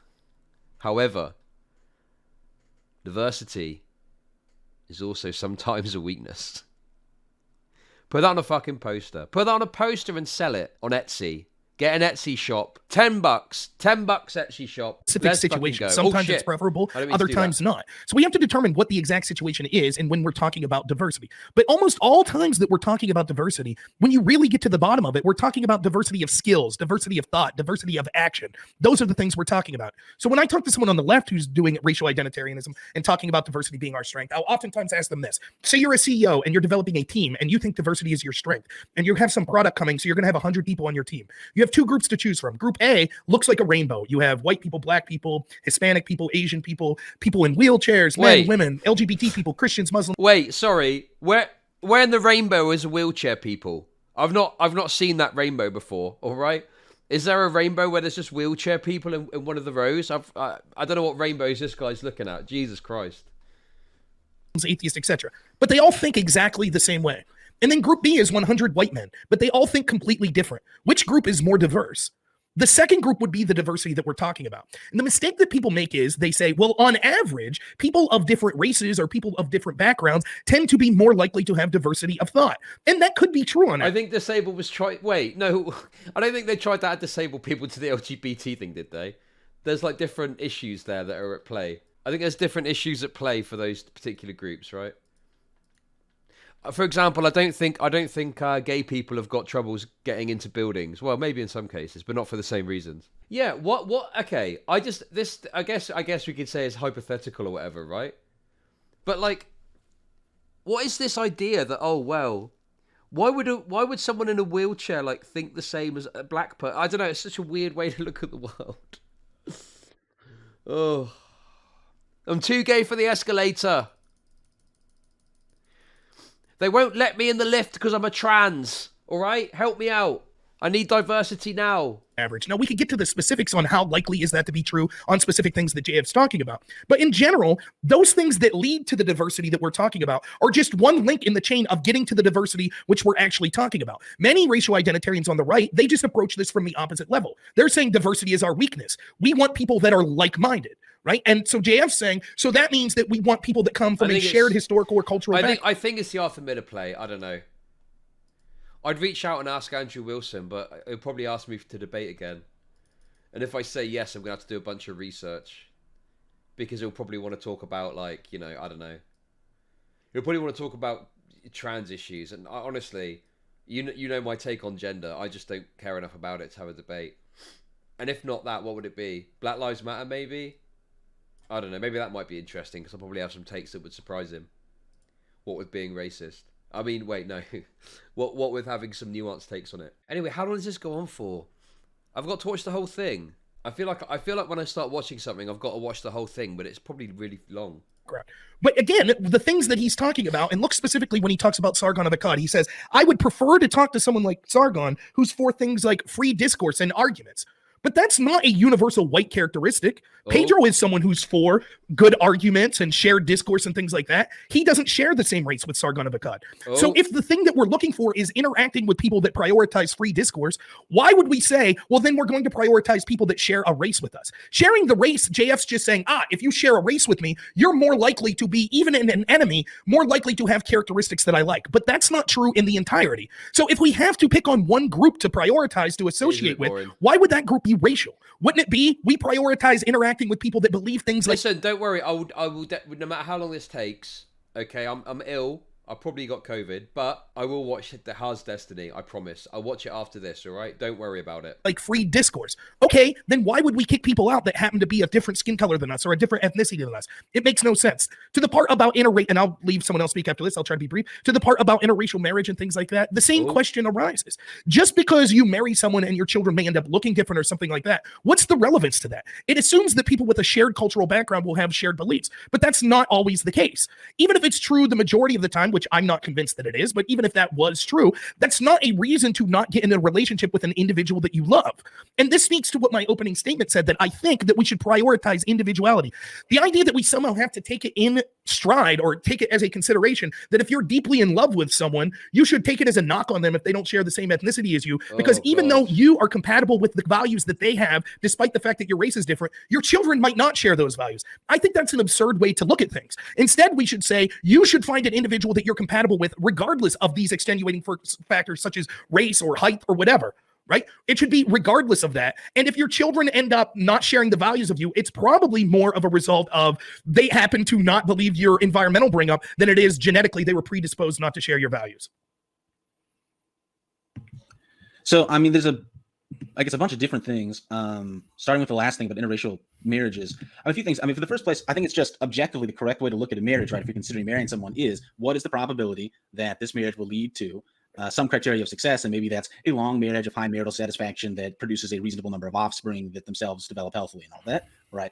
And if it's just an empirical fact that, you know, you may be extremely in love with them, but nonetheless, the probability of those things happening decreases by some amount if it's an interracial marriage. And I think you should take that into account. Now, perhaps in some case, you say, okay, sure, and I'll just make up a number. Wait, how? What? Did he say that the chances of it being successful is decreased if it's interracial? What is that based on? This is so racist. Listen, look, let me just cut to the chase now, okay? We're going to hear a lot of racism. We're going to hear a lot of racism right now, because I'm going to be real with you. I'm pretty sure that, like, you know, at least a majority of this panel is quite racist, okay? To be real with you. Oh, hey Rob, how's it going? Is that really? Oh, it is. How's it going, Rob? We were just saying that you're the voice of reason here. Reasonable Rob. That's what we're going to call you on this panel, Reasonable Rob, all right? There you go. How about that? Number, but sure, it decreases the chance by 10%, but everything else is so good, the odds are still really good. You should still marry that. That can totally happen. But to ignore race as a factor, I can't just call someone racist because you disagree with them. This guy's out here saying that, like, having a mixed race marriage is in itself a pointer to the fact it's going to fail or something like that, right? It's not going to be a good... That's pretty racist. Like, listen, I know which side my bread is buttered, okay? I'm not wanted to throw around the word racism without meaning, okay? But Jesus fucking Christ, if someone is saying, oh yeah, just because your partner's black, oh, that could be the failure of the marriage. What? What's that got to do with anything? I'd love to see any data that shows that, like, what race you are has got any, implication on how your marriage turns out. Isn't it like how annoying the woman is? That's the main thing, isn't it? Squad W, folks, let's go. I think would be a mistake. And that gets to, relates in a rhetorical way, at least, to something else, which is, I feel like a lot of the opposition here is talking as if we can only have one group identity or one main group identity or something like this. And I really don't think this is true, that people have a ton of different group identities. This can go down to very arbitrary things, like you're a Raiders fan or a metalhead or something like this, to things that are quite important, like your religion, your nationality, and your ethnicity. And that in general, people are a composite of all of these different group identities. We don't have to choose one or the other. There are instances where they conflict, and which group identity it makes sense to go with will depend on the specifics of the conflict. So, for instance, if you're trying to make some convention where you just invite people that are pro-free speech or something like that, then obviously, yeah, if there's some Hispanic guy that's very pro-free speech, you let him in. On the other hand, if you're like a very, say, for instance, you're a very Christian person and you're trying to move somewhere that is very safe for your kids, and you have to choose between a very Christian black neighborhood and a very atheistic European one, you should choose the very atheistic European one. Oh my God. So I think it just depends on the context, which group identity is going to be. I love the fact they can just say that. And, like, he doesn't have to, like, justify that at all. In any way, he can just say, yeah, well, you want to move to the white neighborhood, if you know what I mean. I don't know. I mean, oh, God, is that... I mean, I am fairly confident. I am fairly confident in saying that that's going to come down to, like, a race realist perspective, right? They really don't know. There's no hiding here. They'd probably be really offended if they found out you called them a racist. But, like, what is that? How else do you describe what he's just said? I don't know. Oh, yeah. There is a lot of stuff. I'm kind of zoning in and out a bit. But I've got to persist. I've started watching it now. I don't want to say I failed. I want to watch the whole thing, and then we'll check out this Destiny Huz stuff, okay? I don't think it does. No. I don't think it comes from the perspective that they're poor because of systemic oppression. I very much doubt that. I would very much doubt that would be his take on it. But maybe I'm wrong. Maybe he would give the, oh, well, they're just victims of the system and that affects the neighborhood and that'll be bad. Irrational to follow in a given instance. Again, we can have lots of different group identities. Oh, really, Rob? Talking about sort of like ideology and that sort of thing, it's important to note that race, at least in America, which is where I'm most familiar with the data, is tied to like political stuff in a very deep way. So, for instance, there are conservative black people and conservative Latino people. The majority of them vote Democrat, despite the fact of them being very conservative ideologically. And that's whether they're conservative socially or economically. And so I'm just going to leave that as sort of a point to the fact that there's a kind of deep relationship between politics. I mean, even you're talking about Cubans before. And the fact of the matter is, yeah, Cubans are relatively Republican. Wait. They're also... But hang on a sec. But that's because the Democrats, on the face of it, push policies that, are allegedly going to benefit, like, minorities, right? And is that even true anyway? I thought there was, like, quite a lot of, like, black people, for example, that vote Republican, right? Ah, right, that's it. Yeah. Okay, thank you. Trump got 6% in 2016 and 12% last year. Yeah. Okay, that's not like an intrinsic aspect, or like that's just because of the nature of like American politics, right? Most Mexicans are very conservative. So one of the widest Hispanic groups, and you can actually break all the Hispanic groups in the U.S. down by the percent on average that their genome is white, and see that systematically correlates with how Republican they tend to vote. All of these different things, and so many things have said that I can't go through all of them and remember all of them, but just all the different things. I think if you look at them closely, the importance of race kind of shows itself. And I'll stop there. Yeah, so if you guys don't mind if I jump in here. So I wanted to go over quite a few things. I know that we're touching on a whole lot. I don't know how much we're going to be able to drive home the point because there's so much to be said, but I'm going to try anyway. First, JF had made an analogy about trucks. He said, hey, look, the comparison was basically, we can compare whites to trucks. Let's at least agree that we're all trucks, and then we can take it from there, right? Well, this doesn't mean anything. This just leads to a new pecking order of infighting of which truck is the best, and this will lead to conflict as well. A brand new pecking order with a brand new oppression Olympics, for instance. We have white women who are more oppressed than white men. Already the pushing of white women being oppressed is pushed by white liberals, right? So just saying that, hey, if we identify as a truck, well, it doesn't really matter. The roadways don't group up that way, okay? The identity of white does not... Yeah, this idea that, like, black people vote for the Democrats because of some sort of innate, like, they have the Democrat voting gene, do they, or something like that? Like, this is absolutely based on, like, a societal influence, as whatever the Democrats do that, like, or the Republicans do even, that lead people to vote for Democrat. There's no innate characteristic of a black person that leads them to vote Democrat, you know? It's probably to do a lot with historical stuff as well. Like, you had what was that switchover? Is that true or not? There was a switchover between the parties, right? Where the Republicans and Democrats switched roles in terms of their racism. I can never remember whether my mind's mixed up because of the anti-SJW fucking shit I used to watch. Because they said it didn't happen, but apparently it did happen. The Southern strategy is that what that is? The Southern strategy switch. N-word, N-word, N-word. That whole thing. Democrats were racist. They decided not to be. Republicans realised they can gain votes by being racist. Right, got it. Okay. So yeah, so obviously nowadays Democrats are considered rightly or wrongly, the anti-racist party, right? And the Republicans are seen as the so-called like racist party. I don't want to make any like super like you probably know what my takes on it are roughly, right? The Democrats are at the very least marginally better than the Republicans would be. Even with their problems, the Republicans are, undoubtedly like a more racist party, but you kind of end up just intrinsically kind of, getting into the two-party system and blah, blah, blah, and whatever. But anyway, the point is this, right? It makes sense the majority of black people would vote for Democrats because they're the party that, the not racist ones. So that's makes sense. And that's a societal thing, as evidenced by the fact that the Democrats used to be the racist ones. That's the point I'm trying to make. Group up well with just saying, hey, we're all this identity, so therefore we don't agree on shit. We don't agree on anything. So I don't understand how useful this particular identity is, especially when our enemies are so adamant about hitting us with it, why we should feed that. JF said he'd rather be arguing with Sargon than the mob who came after Rittenhouse. Well, the mob who came after Rittenhouse was white. Here we go. They were white. Those were the people who went after Rittenhouse. Those were the people that Rittenhouse shot were white liberals. Okay, they were white liberals. He's not happy. Now, JF... No, Andrew. They were Jewish. Let's say. Hey! Okay. Were all of them Jewish? The 3 people who got shot by Let's Cal Rittenhouse were Jewish. Well, I mean, from my perspective... Finally, someone's saying it. Something which makes absolutely no sense whatsoever. What is he trying to put? Maybe he goes into it. Maybe I'm doing a pause, Andy. What is the point there? I don't know. He just came out of nowhere. Finally, someone to speak truth to power and talk about how the people that Carl Rittenhouse shot were actually Jewish. Okay, interesting. Wind it back. Understand how useful this particular identity is, especially when our enemies are so adamant about hitting us with it, why we should feed that. JF said he'd rather be arguing with Sargon than the mob who came after Rittenhouse. Well, the mob who came after Rittenhouse was white. They were white. Those were the people who went after Rittenhouse. Those were the people that Rittenhouse shot were white liberals. Okay, they were white liberals. Now, JF... No, Andrew. They were Jewish. Let's say it. Okay. I love the let's say it as well. They were Jewish. Let's say it. Why is that so funny?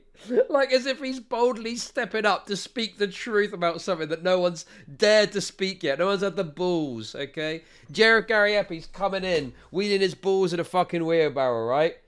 No one's talked about how the people that Carl Rittenhouse shot were Jews, and I'm gonna throw it out there. I'm gonna be the brave man to take the hit on my reputation by talking about how they're Jewish. What I just don't get it. Were all of them Jewish? The 3 people who got shot by Cal Rittenhouse were Jewish. Well, I mean, from my perspective, they looked white, right? And from Jared Taylor's perspective, just looking white is enough to not be to be included in white, right? Isn't that true, JF? Well, whatever Jared Taylor believes, I don't But if he necessarily pushes agree. the same But white identitarianism and yet here- says that he doesn't even consider the same things white that you consider white, then we have a problem here. Let me finish real quick, and I'll turn the floor over to you, I promise. But JF didn't really contend with my Korean nationality real-time twin study. Instead, he just kind of opted to say, well, of course there will be conflict. Well, yeah, we all know that there's going to be conflict. Why should we adopt this identity where we're all lumped in with white communists and white transgenders and white homosexuals just because they're fucking white? Makes no sense to me. JF says if I mix my genes with a sexy Chinese lady, I like that, by the way, that was funny, they will be different than if I have children with a European woman. I don't dismiss that that's true. I agree. But why wouldn't that be preferable to marrying a white... Hey, we know what side Andrew Wilson's butted then. He's got a thing for the old Asian persuasion from the sounds of it. Ooh. Damn. We know what his Pornhub most searched term is. Wait, what's this? Andrew, they were Jewish. Let's say. Hey! Okay. Were all of them Jewish? The 3 people who got shot by Let's Carl Rittenhouse were go! Jewish. Well, I mean, from my perspective... Finally, someone's saying it. Andrew, Oh my god, that's such they a were good clip. Jewish. Nice Let's one. say. Love it. Okay. That's a banging clip. That is perfect. Yeah, probably Void Harpy. Transgender. Clearly, that would be preferable to marrying a white transgender, right? Last says that, hey, there's a ton of group identities. That's true. And there's a ton of group identities within the white identity. That's true, too, which makes it even less useful as a protective measure if we're all just fighting over which white identity is the correct identity. This does us no good. And there's far better identities for which we can unify. JF, go ahead. I'm sorry. Well, yeah, on the question of Carl Rittenhouse, I mean, it's a side question, really. But here's an example where race matters, where it's probably not random that there was such a high representation of Jewish people attacking Carl Rittenhouse, that they were willing to be the most aggressive in disarming. What? Oh my god! Hang on a sec. I thought Jewish people were the shadowy cabal behind the scenes, pulling the strings. Why are they out there fighting? Listen, I've seen the memes, right? Isn't it supposed to be Jewish people pulling the puppet strings of black people to go and commit violence for them? Why is it now that Jewish people are stepping onto the front line? Get your story straight, Nazis, Nazoids. Get your story straight. I can't deal with this. I can't deal with these changes to the law, you know? Normally I'd need to read a few Wikipedia pages to get up to date on the law before I can... What is this now? Now they're foot soldiers. Jesus Christ. Sort it out. Is there some book I've not read? Is there some new updated version of the Turner Diaries that talks about this that I need to read? What's going on? They stepped out of the shadows and become the foot soldiers of the race war now. What's this about Jewish people being aggressive? Are they getting their races mixed up or something? I don't know. Forgive me, Rabbi. I have to go all out just this once. Yeah, listen. Normally we'd operate from the shadows, but we've got we need to send a squad of Mossad operatives into Kenosha. Okay, we need to take down Carl Rittenhouse, a random 17-year-old lad. Okay, our Jewish operatives, our precision strike Mossad agents are gonna spring into action. Okay, Rosenbaum, here's your deep cover file. We've put you in as a white mentally ill pedo. Okay, just to put people off the scent. No problem, boss. I'll get it done. Oh my god, that's fucking so funny. We know that you've been given special Krav Maga Mossad training to use any implement as a weapon. So you're being issued with a skateboard in line with your cover story. Is that clear? Yes, I'll get it done, Rabbi. What the fuck? Disarming him or attempting to disarm him. And the question is, when we lie to our children, when we lie to our daughters, and we tell them it doesn't matter, race doesn't matter, or it matters very little. What matters most is that you're an American. First, we're telling them a lie. We're hiding a reality from them that could have been useful. For example, I believe that you cannot understand the Carl Rittenhouse situation until you understand that the people who targeted him and the people who lied in court against him were Jews and not white. Not Wait, white what? in the sense of the Christian genetic nuclei of Europe. Who was Jewish? Where are all these Jews coming from? What's going on? Who was Jewish? What? Was Binger Jewish? Was you talking about Binger? I'm really confused now. Listen, if you thought the lefty misinfo was bad, wait until you hear the neo-Nazoid misinfo, which is basically everyone that was against Karl Rittenhouse is Jewish. That is the... This is a whole new level of misinformation, right? This is the Chad.jpg misinformation. You got leftoids that are talking about all the nonsense that you had around the case. And then a neo-Nazi comes in and goes, yeah, well, the truth is, everyone that was against them was Jewish. Comes into conversation about Karl Rittenhouse. Claims everyone acting against Karl Rittenhouse is Jewish. Refuses to elaborate. Leaves as if he's won the conversation. Love it.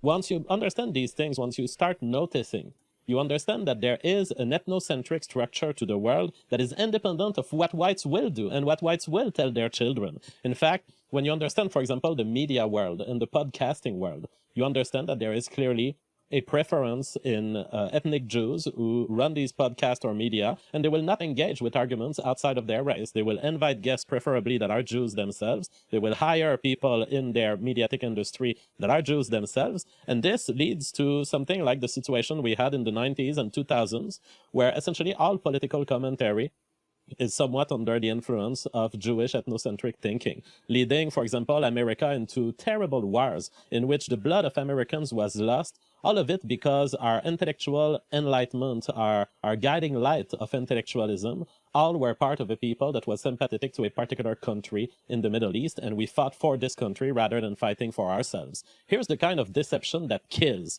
Here's the kind of deception that leads our children into the wrong path, the wrong political decisions, the wrong intermarriage decision, and that leads them down a path where they will undergo the cost because we couldn't be honest to them. Let's be honest to them. Another point where I don't feel honesty is what Rob mentioned at the very beginning. USA is the greatest country of the world because it focuses on individuals. Bullshit. Oh, God. USA has not focused on individuals, and it became a great country precisely by not focusing on individuals. There was some individual liberty, and that individual liberty was made to defend group identity. The early America was driven forward and driven into a highly productive country by people who aggressively pursued a religious identity, the kind of Christian. Wait a second. Okay, we're gonna have to just history. We're gonna need a history check on that one. Okay, we're gonna need a fucking history check on that bad boy. Oh, it was early America was just Christians with a Sigma grind set. Okay, that's all it was. Nothing else. Don't need to worry about anything else. Christianity of the English people, call it Protestantism or whatever, neo-evangelism. But in any case, they pursued that religious identity that was accidentally or inherently tied to the pursuit of their genetic interest. And this is my last comment for this branch, at least. The religions that have been very successful, they're all religions that somehow hide the genetic truth inside of them and carries it with them. We don't know if the religions of the future will be as efficient as the religious identities of the past because they have been untied from the genetic aspect of it. It used to be that when you were joining a church, you were also joining a bunch of people that looked like you, that would have genes that were compatible with you. With the modern state of, for example, the Catholic Church, anyone can join the Catholic Church by accepting Jesus as a savior, and this means less genetic restrictions on who joins the group. We don't know if those religions, those open religions, will be as efficient as the past ones at maintaining a decent life for the people who join it. All right. If you don't mind, Andrew, I'll go. Is that cool? Okay.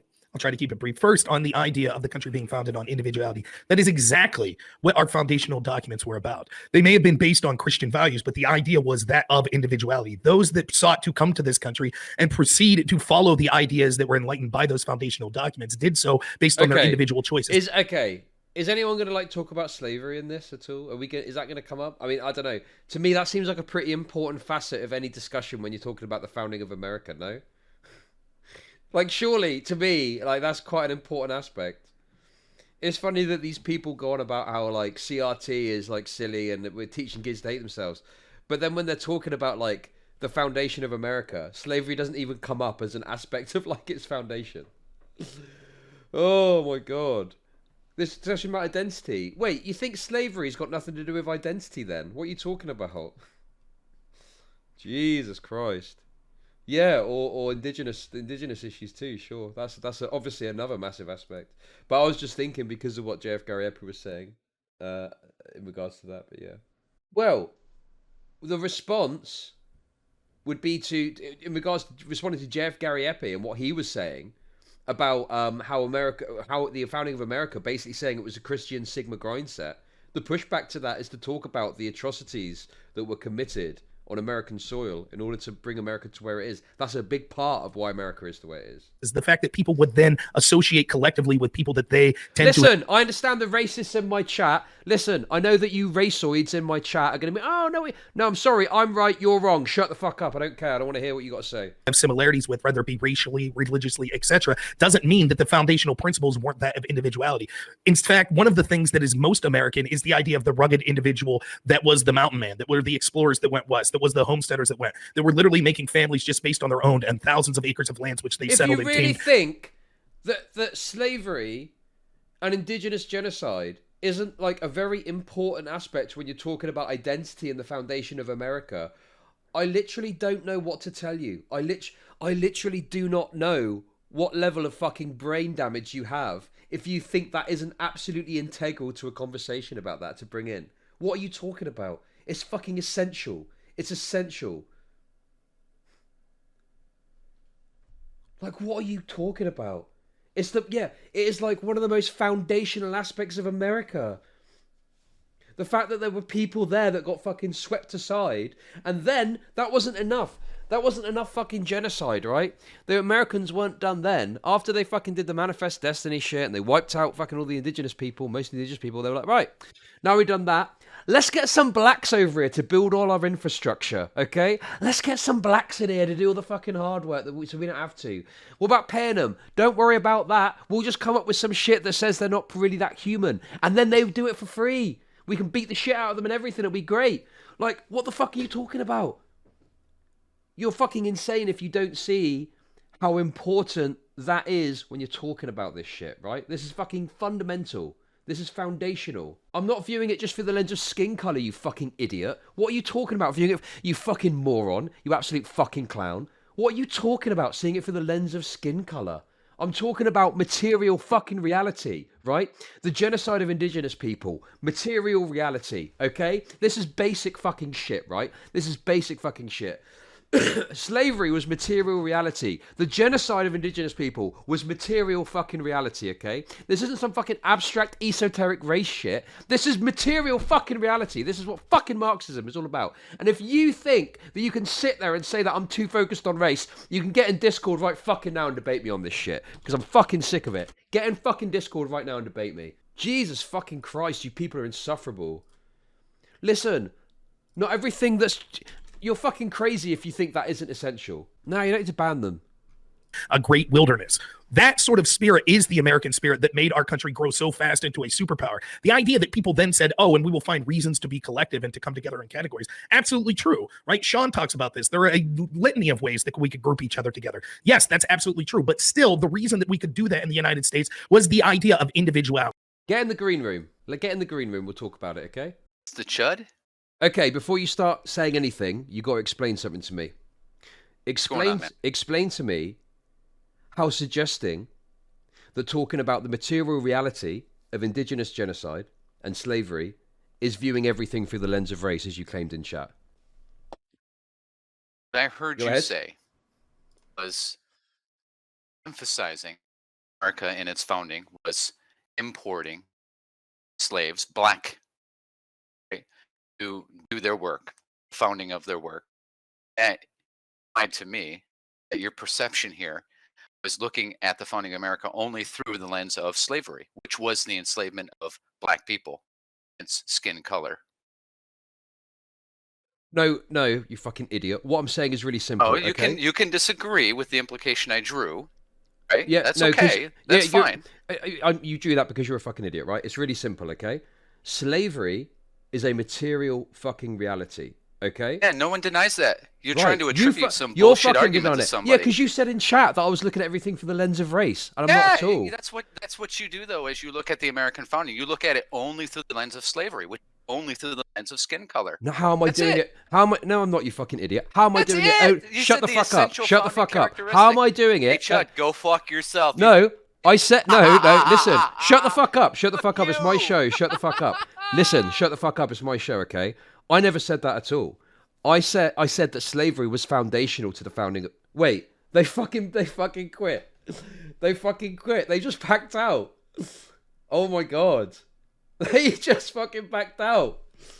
They didn't want to get they didn't want to get smashed. Okay, fair enough. Ban them. Ban them from chat. There we go. Get rid of them. Get rid of them. Ban them if they're going to do that fucking pussy ass shit. Get the fuck out of here. Fucking ban them. They knew they were going to get fucking knocked about, so they just fucking backed out. Jesus Christ. I never said it was only... No, I never fucking said it was only... Of course not. America's founding is very complicated. My point was that slavery is absolutely foundational to America. So when you're talking about the foundation of America and what was important, if you don't include material realities like slavery and indigenous genocide, you're leaving out way too much to actually come to a good conclusion about it. Like, what how is that viewing stuff in the lens of race? Listen, any of you fucking raceoids that came to me because of my Carl Rittenhouse coverage, okay, if you think you're going to get away with saying dumb fuck shit in chat like that, you're getting fucking banned, okay? I ain't fucking standing for that shit here. You can get the fuck out of here with that shit, okay? You can get the fuck out of here with that shit straight away. Right, let's continue. The more that if we would have set up these foundational documents to say only this race, only that race. Now, granted, things like slavery were abhorrent, but those are weaknesses. Yeah, sure. Go on, Roland. Hop in. Let's go. Why not? I'll be a bit more cordial with you because you weren't quite as obnoxious. Hello. What's going on? Hey, how's it going? Not too bad. You? Yeah, I'm good, thanks. So yeah, it seemed like your contention was to do with the fact you didn't think that bringing slavery into it was relevant because it's about identity. Is that right? Do you want to just elaborate a bit? So when I watched the debate, it seemed the question at hand that they were debating over was what quote unquote whites or on a JPF or Sean's side should identify around going forward, and Rob and Andrew's hypothesis was to appeal to nationalism. And by you saying discussing slavery, I just think that misses the point of the specific discussion in this case going forward. Like, I fully acknowledge the reality of slavery and all of that. I just took it as the debate was much more narrow than what you seem to have thought about. Oh, okay. The only reason I thought it was relevant, because I agree in terms of like, if you're just talking about like identity in an abstract concept and like white identity, it's possible that like slavery would never come up, right? Like you might have a conversation that isn't invoked or isn't anywhere referenced, or it doesn't come close to discussing that. The reason I took issue with what was said was just that JF Gariapi, I can't remember exactly what he said, but he spoke about basically the way he sort of framed it in my mind. I need to go back to get the exact quotes. But the way he framed like the foundation of America was of like these kind of white Christians, you know, bravely forging the way and pushing forward and setting up a nation. You know, I kind of joked and said it's like a Christian Sigma grind set, right? Okay. And I just think that like if you're taking it there, to me, like I expect Jareth Gariapi to like not talk about slavery, right? Because his perception of America probably is a bunch of white dudes bravely pushing forward and building a nation, you know, and conveniently leaving out the fact that much of the infrastructure was built by slaves. And yeah, I just think that to me it's important to kind of add that context. You know, The only thing I would say that was, to me, Rob was responding back with a philosophical point and not a material reality point. And so that's where sure. I think our wires get crossed. Yeah, sure. I mean, you know, listen, I don't know, like, I know you're somewhere on the right. I don't know, like, I don't mean this to sound rude, but like, when I don't expect much from Rob. I don't mean that in a rude way per se. I just mean that, like, you know, obviously he's very politically different to me.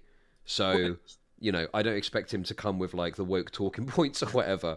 So it's more so just an observation about JF Gary Eppy's conception of America, more so than like Rob's perspective, I guess. But I kind of just criticized him anyway because I'm, you know. But other than that, yeah, I think we more or less kind of agree, I guess. Okay, cool, listen. Thanks for coming on. Have a good one, okay? I have a good one, man. Thanks, bye-bye. No, that was a nice little chat. I like speaking to my chat when it's like that. But yeah, sure. I can agree with that. Oh, God. Damn. There we go.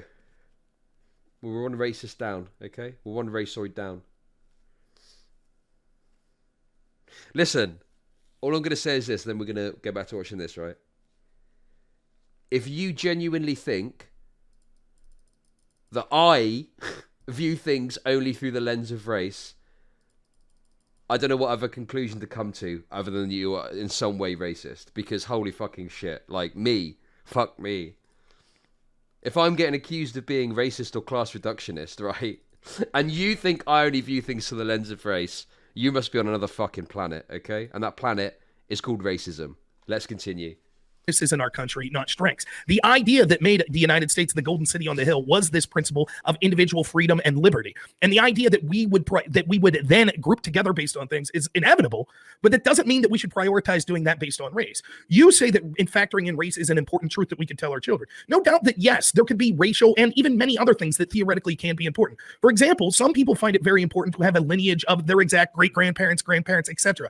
They have it important to be a lineage of this is exactly where when your relatives and ancestors came across to the United States. Other families, not so much. My family, that hasn't been an issue. But certainly there's no shame in that, and that doesn't make you immoral from bringing those things up. But the point is, there's no reason that that is something that we should prefer over many other group identities. Again, you can't get around the fact that you say, well, everyone that chased Rittenhouse, they were all Jews. Was Binger a Jew? Wasn't he the most egregious person in the prosecution? I don't know the 23andMe of Binger. I would love to know. Hang on a second, right? So JF Gary Eppy's going on about this person's Jewish, that person's Jewish, that person's Jewish, right? Rob makes the very salient point, which we made, which is that Binger was probably the most aggressive person to go after Rittenhouse, in an intellectual sense at least, in the courtroom. And then he suddenly got, well, I don't know. Is he Jewish? Isn't he Jewish? Who knows? Your guess is as good as mine. Wait a second, buddy. You were just going on. You were just basically saying more or less the fucking half, you know, majority of the people going after Rittenhouse are like Mossad agents or some shit. I don't fucking know. And now all of a sudden you're like, oh well, let's not be too hasty. I don't know. I don't know. It's 23andMe. Get the fuck out of here. Jesus Christ. I'm gonna need to see the 23andMe. Right. But the idea, I will guarantee you, there were people that were rabidly anti-Rittenhouse, not just involved at the prosecutional level or that were at that rally and that riot that day, but there are also plenty of people that are white and not Jewish that certainly called Rittenhouse a white supremacist, etc. Just because you could identify there are people that are Jewish that did that doesn't mean that all Jewish people did that, nor does that mean that there weren't white people that did that. And this arbitrary distinction is exactly that, arbitrary, because again, the thing that you are criticizing is the people that hated Rittenhouse, saying, well, Jews are more likely to do that. I don't know if that's true or not, but let's say that it is true. And does that mean I should disparage a Jew that staunchly defended Rittenhouse? Does that mean I should overlook the whites that said without evidence that Rittenhouse was a white supremacist that deserved to spend the rest of his life in jail? No, you continually put, and it's evident from the way you talk, you're putting it, even though you're right, there are times that it's important to look at racial categories. It is evident that you are making that an a priori condition and saying it's the most important thing, as is evident by the fact that you jumped on the fact that apparently these people were Jewish that were shot. So you're putting it so much so that you're actually questioning whether or not you should have a relationship and procreate with someone that's of a different race. Those things are just secondary categories. And as you listen to you talk, you get to the real thing. You want people that share your values. You want people that are pro-discourse. You want people that are not thinking that someone's a racial supremacist because they use their Second Amendment right to defend themselves. So I think that even though Sean's right that yes, there are many categories, it's evident that we get into very shaky ground when we focus on this racial category as one that's the end-all be-all or one of the most important. The last thing I'll say is this. Every argument that you're making is actually Wait, Rob Noerr is the liberal on this panel. Listen, I hate to break it to you, but a lot of conservatives are just spicy liberals. This is something that people really fail to get their head around. I'm not saying you are personally. You know where I'm coming from. But yeah, there's definitely people that really fail to get their head around the fact that, like, yeah, conservatives are essentially just spicy liberals. A lot of libs don't like that. But if you dig into like some of the ideological groundings, it's quite similar. You know, and also, just to be clear, like I wouldn't include like soc dems in that per se. I mean more of your traditional kind of like Democrat type libs. You know, do you see what I mean? Not like soc dems. I think there's a differentiation there, because I think soc dems do have a better material analysis than like your bog standard libs. You know. In fact, listen. Here's a hot take.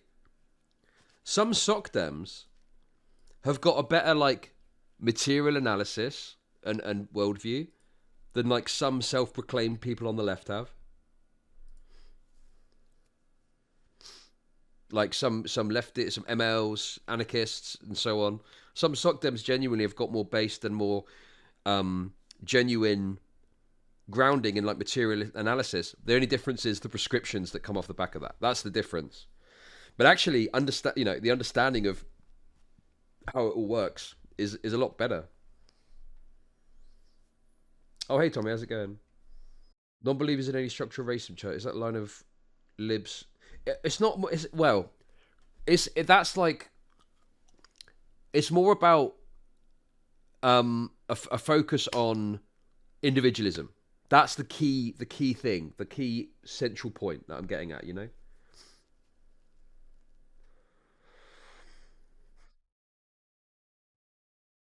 That's the key aspect to, you know, that links that all together.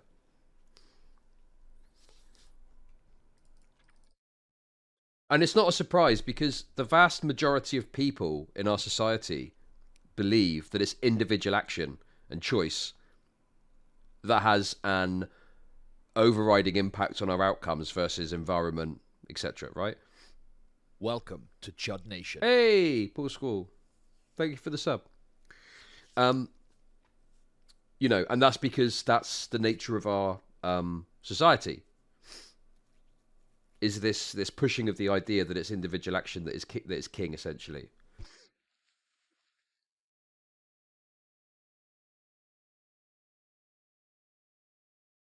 Hey, thanks, Roland Stott. Appreciate that. And just to be clear as well, I'm not making like a moral claim per se. Like I'm not like, obviously, like from a social perspective. I mean, to me, you know,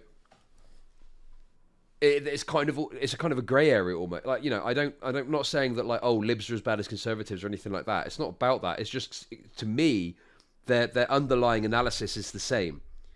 Yeah, and maybe there's like different social perspectives they have and so on, but it always comes back to individual action ruling all. Yeah, like that, you know, or maybe like, and also I think like this idealism, this genuine kind of idealism as well, that it's via ideas that we change the world, you know, rather than it being governed by material forces, right? Like that's a big part of both liberal and conservative thinking. You know, look at the ways that sort of great man theory, like I mean, to be fair, I mean, this is where I say that, like, you know, there's a lack of material analysis sometimes comes about, but like there's the great man theory. Like libs and conservatives have their kind of icons that they look to, you know. Aren't all conservatives racist and bigots? Not necessarily, no. I don't think so. I don't even think that being conservative is like a proclivity to being more racist per se, because like you have plenty of liberals that are racist. It's just that they'll dress their racism up with you know, platitudes, right?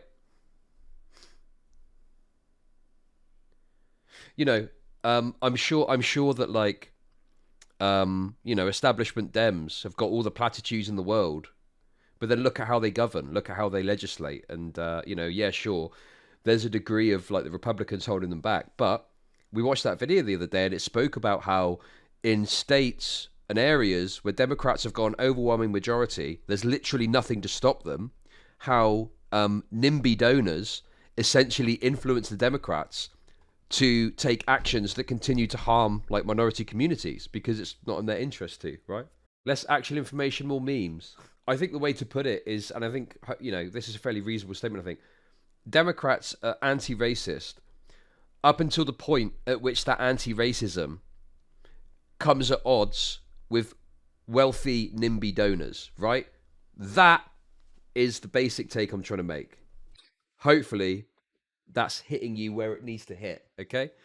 Argument for the racial identitarians on the other side as well. Again, as I said in my opening, it's two sides of the same coin. So they'll say the exact same thing. And inevitably, we can see that the conflict this will lead to and the division that it causes amongst groups that otherwise would have many allies of different racial backgrounds. For example, with Cuban Americans, you say, well, the reason it's because, you were Sean, I don't mean to put words in anyone's mouth, said it's because they have more white genetics or European genetics that they tend to vote more Republican. That's not true at all. It's because they lived through Castro. That's why Cuban, it has very little to do with ethnicity and mostly to do with environmental. And they'll tell you that. They lived through those horrors. Cubans were socialist in Cuba. Did their genetics magically change when they fled Cuba and came to the United States and became conservative? I don't think so. So I think that this is backwards, this idea. You're looking at the conditions that you think will make like-minded people and saying, let's focus on those conditions. But in doing so, you're ignoring a bunch of people that would be like-minded that are of different racial groups, and you would be excluding them because of that. Go ahead. Sorry. Okay, yes, I get this. This is always kind of how debates are when there's a bunch of people involved. It's hard to pick which things to respond to and not to, just because so much has been said. I guess a few things, though. Firstly, I guess we can talk about the sort of founding of America and this sort of thing. So, yeah, I mean, America obviously was very collectivist in certain respects from the beginning. There's also, it's important to note there's a lot of variation. Wait, what's this? It looks like I see a take that's right on my street. I'm sorry, I'm going off on so many tangents here. It doesn't matter, you're here and putting stakes into not being lumped together and consume content based on your political now consumer identity. Absolutely correct. Oligopolies and neoliberals don't mind it. They only want to make you stay here, kvetch and have fun. It all feeds the engine.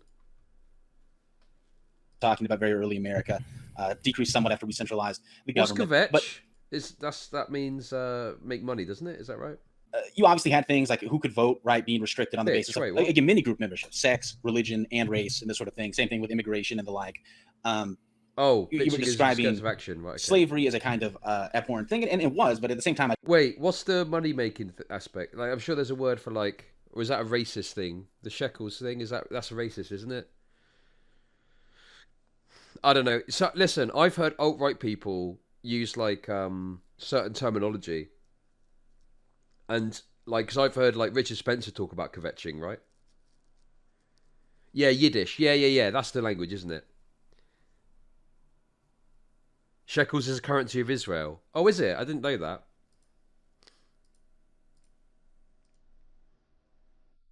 Yeah. And that makes it difficult sometimes to know, like, is that term, like, is it a dog? Yeah, exactly. I mean, I know you're legit, but I just mean, like, generally, like, what words am I allowed to say and what words aren't I allowed to say, you know? I mean, I know the word I'm not allowed to say, right? So it is it's genuinely the currency of Israel. They don't even know how to spell it.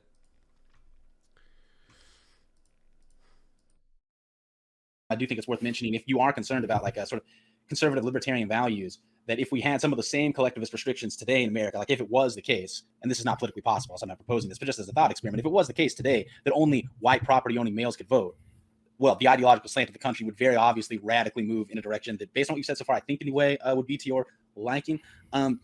With respect to some of the, like, Antifa stuff and sort of, I think a common complaint here is, why should we share a group identity with people and care about that group identity if some of those people are people who we don't like for various reasons? And to me, I mean, the way I phrase that, not referencing race, is kind of purposeful, because that's a critique you can make of, I think, literally any group identity. The thing, though, that white people do share is a common interest. And whether or not they've recognized that interest is another question. But they do, in fact, share a common interest. Even a white person who has been socialized into thinking that their group caused almost all the major sufferings of all the other ethnic groups in America, or the world even, it is still true of them in a way that it is not true of any non-white person, that they share a common interest with you in that they would be better off should the left stop pushing these anti-white policies that redistribute power, status, and resources from white people to non-white people. That is sort of the bedrock thing that all white people. What? Okay, wait a second. What are these anti-white policies? Is it stuff like, is he talking about like affirmative action or something? I don't understand. What is that? What is there that's an anti-white policy? Spice in food, increased capsaicin levels in food. House painting regulations. Affirmative action isn't anti-white though, is it? I mean, I suppose you could twist it that way, right? I don't see it as anti-white. I don't even like affirmative action personally. I think affirmative action is a what do you call it? It's like a poor solution to a problem that needs to be fixed, you know? But at the end of the day, like, there is an issue of bias that exists where someone with a sort of black sounding name, this is something that's been borne out in studies, right? Where if you send in two identical CVs to somewhere, if one person has got a racial sounding name, they're less likely to be called in for an interview than someone with a white sounding name. Affirmative action, some studies have shown white women have benefited most. Really? Oh yeah, of course. Is that true? Helps white women more? Squad W. This is what I'm talking about. Squad W. That's why Squad W exists. I thought lefties were supposed to be reducing nuanced issues to power dynamics. Wait, isn't that what leftoids do? Affirmative action was completely ineffective and didn't even have any tangible goals. Quotas for minority person employment was separate and was also ineffective at addressing disparity in access. I'm not a fucking leftoid. This is the important thing that I think people need to realise, right?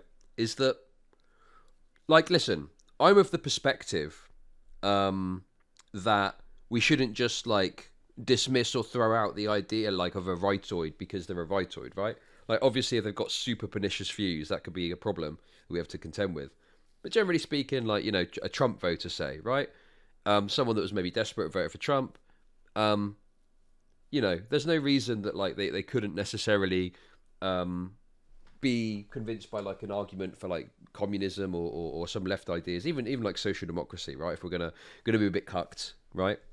Like, I think like a Trump voter would probably benefit and like the idea of free healthcare or something like that, you know? But you've got to remember that just because that's the perspective doesn't mean that you know, we like rightoid commentators or something like that, right? Because rightoid commentators are just as full of shit and just as pushing like false consciousness just as much as some fucking leftoid is, yeah? Because a lot of the shit that rightoids say are rooted in some of the same, like I say, the same individualist kind of perspectives as, you know, as like a leftoid. Trump voters think free healthcare is a communist plot. Okay, well, if you believe that to be the case, I'd ask you this. Why do you think that Trump voters think if that's true, why do you think it is that Trump voters think free healthcare is a communist plot when it would undoubtedly benefit them if they're like a poverty-stricken or poor person or someone in a lower income bracket, right? If a Trump voter, right, is not got like a super good job with healthcare or they pay for private healthcare or whatever, like, even if that was the case, like, they would undoubtedly benefit from some sort of public option, right? So why is it that they're so against it and think it's a communist plot when it benefits them? Well, it's obviously because of propaganda, right? Yeah, Hegel. Well, I said, I don't know if you're here, I said earlier that to me, the line, you know, liberals and conservatives generally like a very, they engage in liberalism, I guess is the better way to put it, because they feel ignored and put in the back seat to the needs of minorities. Listen, I'll cut to the chase, right?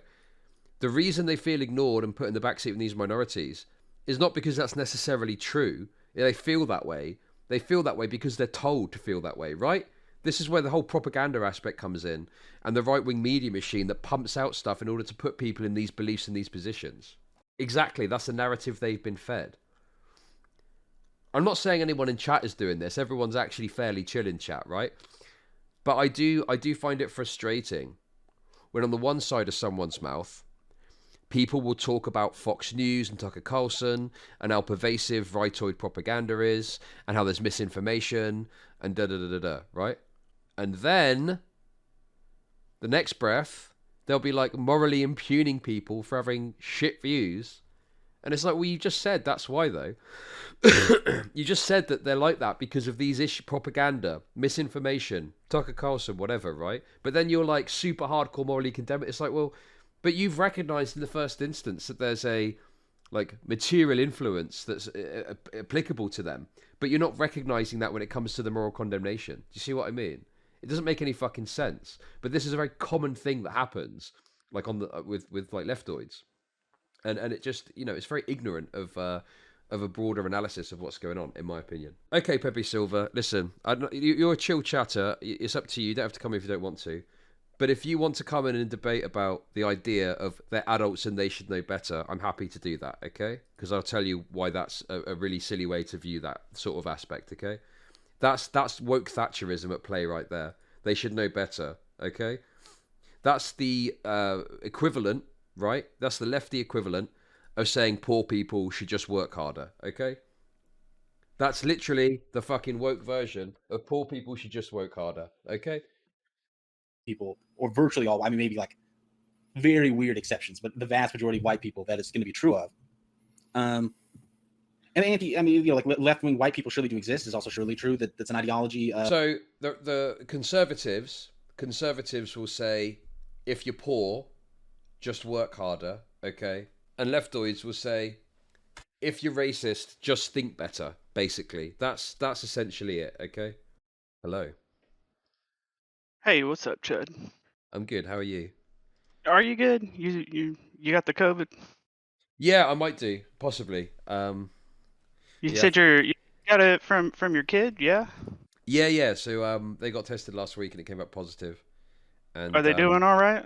Yeah, they're fine. They've gotten over it now. I think COVID doesn't really affect kids that badly. Yeah. But yeah, I'll be okay. Thanks for asking though. It's not pleasant, but I'm still here, getting the content out there. You know how it is. Yeah. I'm glad you are. I love your stream actually. So. No, that's cool. All right. Yeah. So go on. What do you want to say? No, Chad. I think adults do have a responsibility to know better. Okay, I'm just going to ask you a question first of all. Okay. Mm-hmm. So, let's say that I had someone that was a kid, 5 years old, right? And I wanted them to learn how to speak English. So I gave them a dictionary, and the only section that was there were the words that begin with the letter A, okay? And that's all they had to learn how to speak. And that's all they had for their entire life, right? If at 18 they came to you, having only studied that section of the dictionary, that's how they learned how to speak, would it be any surprise to you that the only words that they could say began with the letter A? No, I wouldn't be surprised by that. Okay.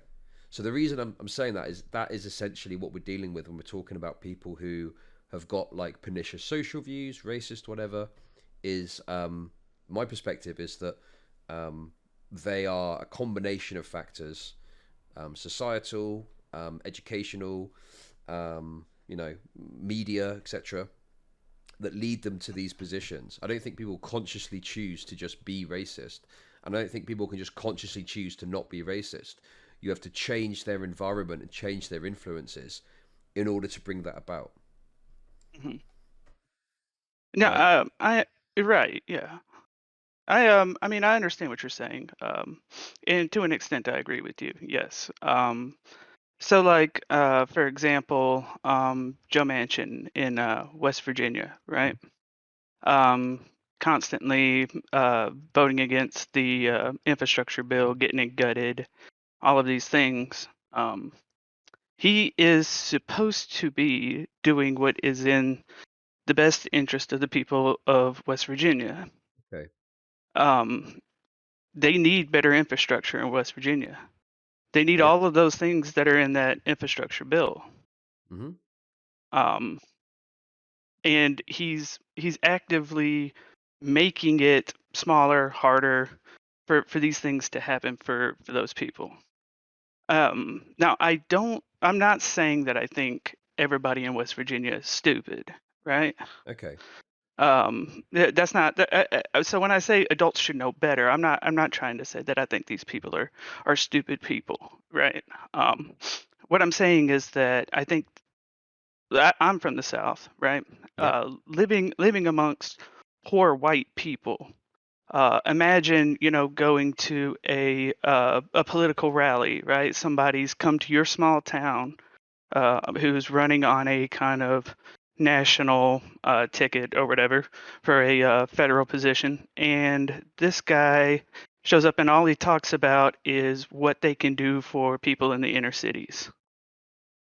You're going to leave feeling like you're not somebody that anybody gives a shit about. Yeah, of course. Said some bad words.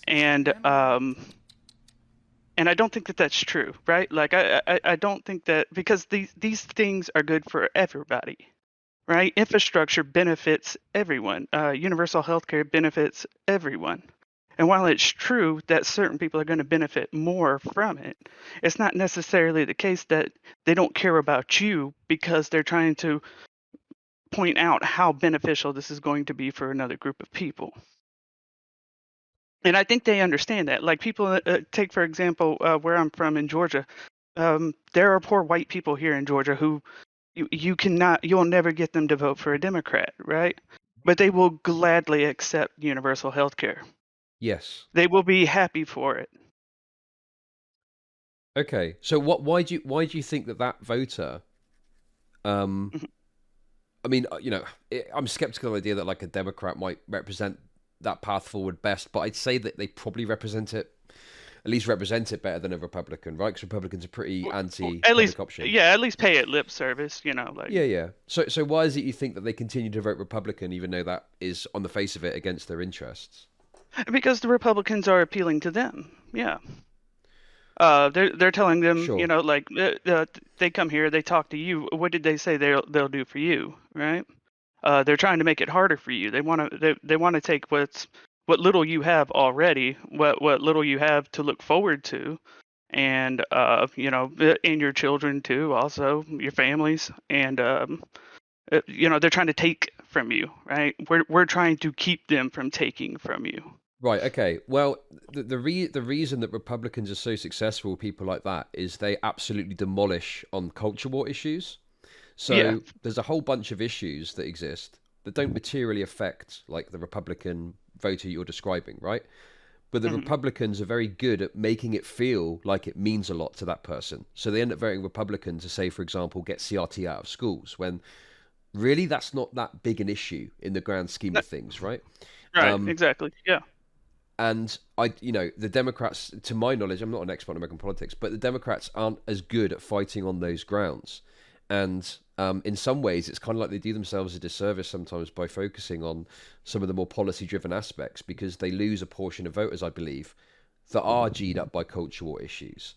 If they'd have come out with certain perspectives on the CRT stuff, that maybe they would be able to reach those types of people, but they generally don't. And I think this is like a big flaw of the Democrats, and it's kind of a difficult situation in my perspective, because it's right to focus on the policy stuff on some level, but then on a pragmatic level, you're going to potentially be losing out on voters. My perspective on it is that we should kind of look to, in some way, move aside from the two-party aspect. And these people who you're speaking about, who want healthcare, who are turned off by the Democrats, who do keep voting Republican, it's about trying to build something that we can have for them.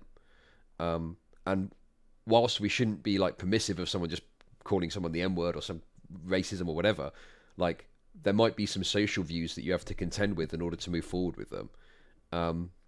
But yeah, I think that would be the maybe a way to go forward. If they're generally not going to vote Democrats and we can't organise along those lines, what can we build for them outside of that? Does that make sense? Yeah, sure. Yeah, I understand what you're saying. I agree with you on a lot of those points. I think there are some issues that are just going to be policy losses for Democrats. Gun control is going to be one of them, right? Yeah, for sure, yeah. Yeah. As sad as it is, but my point of saying that they're adults, they ought to know better, is that they should be able to see the benefits of social policies to them and to their families, and to their communities. And perhaps they do, right? Like, which is why I'm saying that I don't think they're dumb, right? A lot of them are very smart. Like I say, I live around them. They're actually good people.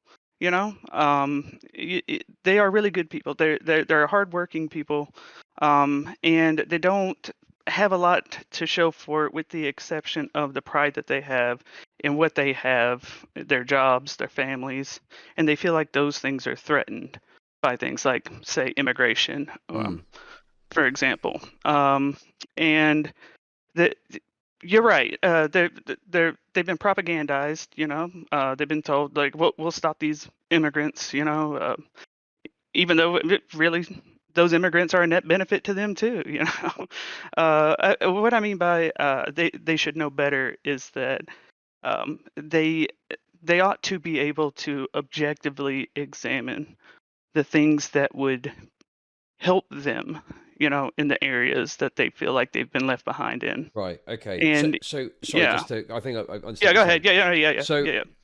I agree that they should be able to, but they can't at the moment. So what I mean by that is like, yeah, of course, if there was better education and better ability for people to think critically and so on, great. But they can't at the moment. And the reason they can't, I think, mainly is twofold. One is propaganda. So right-wing media has got a massive influence in the United States. And secondly, it's the kind of cultural and societal foundation of America, which is centered around individualism. You know, the whole Yeah. temporarily embarrassed millionaire thing is like this a meme of America, which has got a lot of truth in it. And it's this idea that it's through your own hard work and determination that you improve and, you know, get better. These two things combine to create a really toxic kind of form of this liberal ideology or conservative or individualist ideology of, you know, conceptualizing one's outcomes as being more as a result of good or bad choices rather than societal influences. So Yes. whilst I agree that they should be able to, maybe I misunderstood a bit what you're saying, I don't know.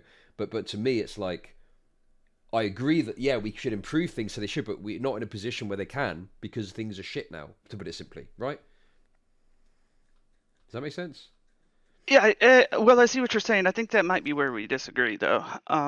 Because you're right, but I still can't. I can't move past that. They should be able to see beyond that, right? To be able to reconcile that.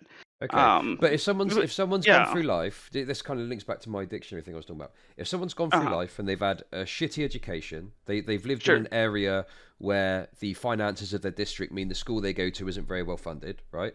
Sure. They finished at high school, started working a manual job, right? They get a Right. family. They don't have a lot of time to look into all this politics stuff, so they kind of just watch Fox News every now and then, maybe a bit of CNN. I don't know. You know, they get a family. They're very busy. They don't have Yes. time to look into things. That's Yes. what I'm getting at, right? I think that you're kind of asking a lot of people who, in some cases, like it seems like you're not asking for much, but it is asking a lot from people who just don't have the time or even the ability to look and think critically at these things, you know. And it's kind of like I don't want to I'm trying to think of a way to do this without offending or insulting anyone, right? It's kind of the equivalent of asking someone who's never even attended medical school to do brain surgery, but a few levels back. That's the way I conceive of it. Sure. If I can be a little anecdotal. Go ahead. Yeah, I grew up very poor too, right? And my older sister got pregnant at 16. You know. Yep. And what is there for her to do after that? You know, she did this. This is her situation now. She ended up having 3 kids, and 2 of them are now teen pregnancies too. You know, and it's in the South where it's poor, where there are poor people, poor communities. You're right. We end up in these kinds of poverty cycles, and it's kind of it's almost a violent thing. The what it does to people. So like my sister is in Alabama. I don't know if you know this, but last year Alabama actually had a shrink in population for the first time. Okay. Yeah, more people have either died or left the state than were born in Alabama last year, which is wild, you know. And you're right. I understand what you're saying. Like for my older sister, like what is she gonna do, right? How much can I honestly expect of her to understand complicated ideas, right? Because she's so busy, right? She's raising kids. Teen pregnancy. She didn't finish high school. She didn't go to college. working very menial jobs, a lot of times just under the table kind of pay type things. You're right. I completely sympathize with that situation. And so this is where, let me put it this way. So uh, I wouldn't expect somebody who only ever studied the A section of the dictionary to know any more words beyond that. But I would expect them to know that there are words beyond that.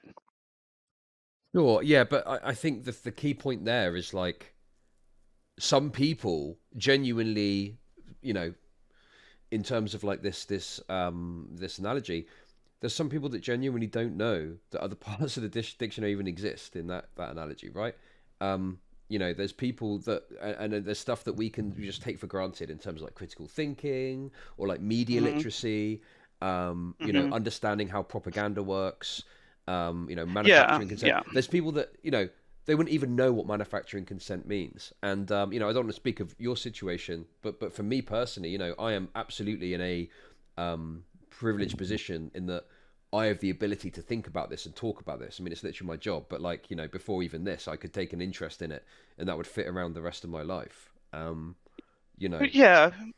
I'm not expecting everybody to be as intellectually ejaculating as you are, Chud. Like... I mean, I don't even think I'm that smart, but like, I think, it's about trying to understand, and it's not about like giving pass to like someone being racist or something like that, but it's just about saying like, look, if someone genuinely like doesn't know this stuff, it's about looking at it from a perspective of and it's not always possible. It's difficult. How to help them move forward. Yeah, help them move forward rather than just be like, well, you should just stop being racist, right? Because especially like, I mean, I'm a white guy, so I consider it like, an aspect that I can actually do is if like I've got a friend that's like being racist or whatever, I can talk to them about it and stuff like that. But that's viewing it on a very individual level. Like a lot of these problems are structural. And as the structure continues to exist, it will continue to produce racists, bigots, etc. So for sure. It's a much bigger problem as well, Yeah. So I guess what I mean by they should know better is that you should know when your road needs to be fixed. Okay. So another kind of little anecdotal story, but I got a cousin of mine. She has a gallbladder issue, I think, whatever it is. She went to a hospital for it. She doesn't have insurance, and the hospital said, "All right, well, come back when it blows up," because it's not, you're not going to die from it, and you don't have any insurance or money. We're not going to do anything about it and take it out until it's threatening your life, right? We should know that there's something wrong here, and Okay. I'm not expecting them to know why it's wrong and how it's going to be fixed, right? But at least Yeah, I see where you're coming from, and Okay. it seems like intuitively you would think someone would look at a road and be like, that sucks, that needs to be fixed. How do I get someone in to fix that, right? Right. But the way I look at it is you would have someone, say, looking at the road going, that needs to be fixed, and they maybe go to take action to do something about it, but then all of a sudden they see a billboard. What is that billboard? Wait, what? There's trans women in the local college trying to take over women's sport, and all of a sudden that becomes and this is where they're taking the prayer out of schools. Yeah, exactly. The CRT, whatever the culture, Mr. Potato cock, whatever it fucking is, right? And there's this big distraction. There's essentially a distraction campaign because Republican policies aren't actually that popular when you poll Americans, right? It's just that this is what I'm talking about. They're so effective at garnering support for stupid culture war issues. And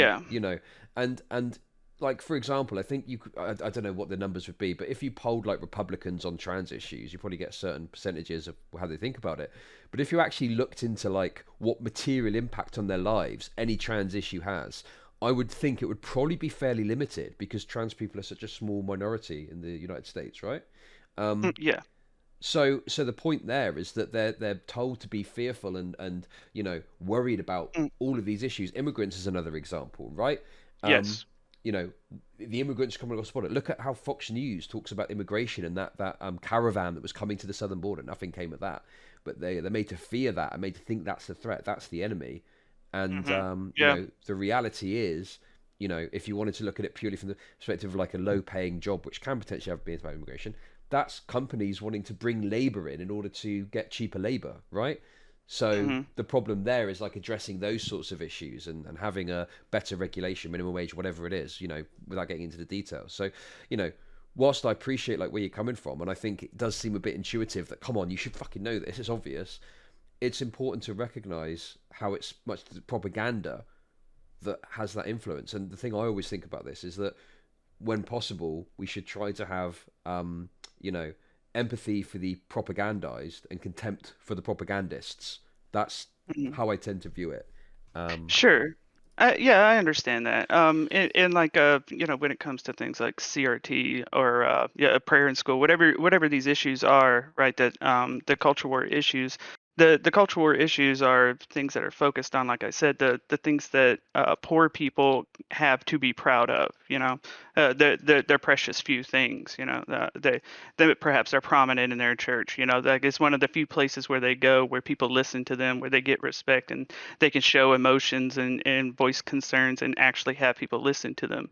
You know, it'd be around similar people, and they don't want to see that go away. They don't want it to feel like that's being threatened. You know, even though it's not. Yeah, and you're right. They've weaponized the right has weaponized those kinds of things. Like they're going to take this from you. Know, the transgender women are coming to get your Bibles, and it's not true. And yeah, I don't know. Okay, I think your frustration comes because, you know, on an individual, I understand. You know, I've spoken to like racists and shit, and it's fucking annoying as fuck, right? And you do just want to kind of shake them and be like, yeah, exactly. For fuck's sake, like, come on, shake your fucking head, give your head a wobble, okay? This is complete fucking nonsense, and you bought into it, right? And like, on an individual level, maybe that might work sometimes, right? Like, you know, it might be that you can speak to someone and, you know, intellectually knock some sense into them. But if we're talking about it more broadly, it's more difficult to do that because, you know, if you were to click your fingers and every person that had a bigoted view suddenly didn't, and it was all rosy, and they were like, oh yeah, actually everyone's equal, whatever.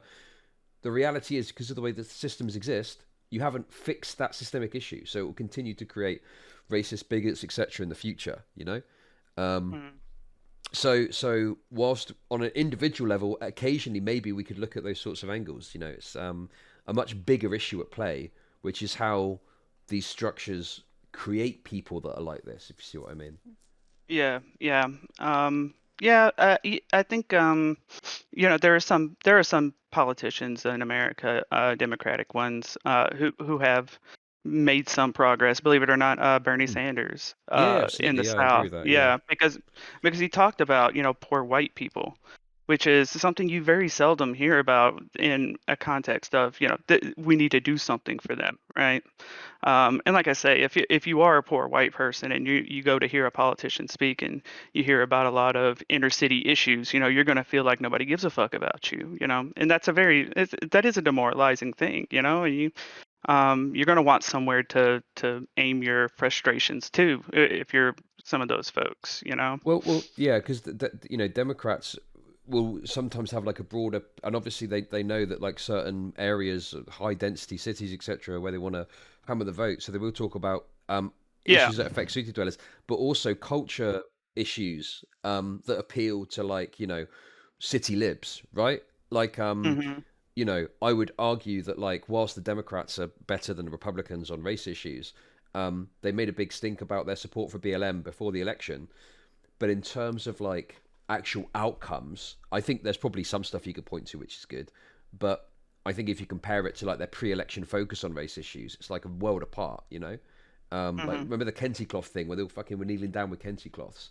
Right. You know, it's like a lot of aesthetic or visual things that appeal to, like, you know, oh yeah, I'm an anti-racist, like libs would be like, yeah, I'm an anti-racist. Oh yeah, the Democrats are gonna, you know, they're for BLM, great, BLM's great, da da da. And then, you know, next fucking couple of months later, they've decided to vote against a multiplex, a low income, or you know, low income, whatever it's called, low income housing multiplex in their neighborhood because they don't want their property value to go down. So they fucking NIMBY the shit out of it and vote against it. You know.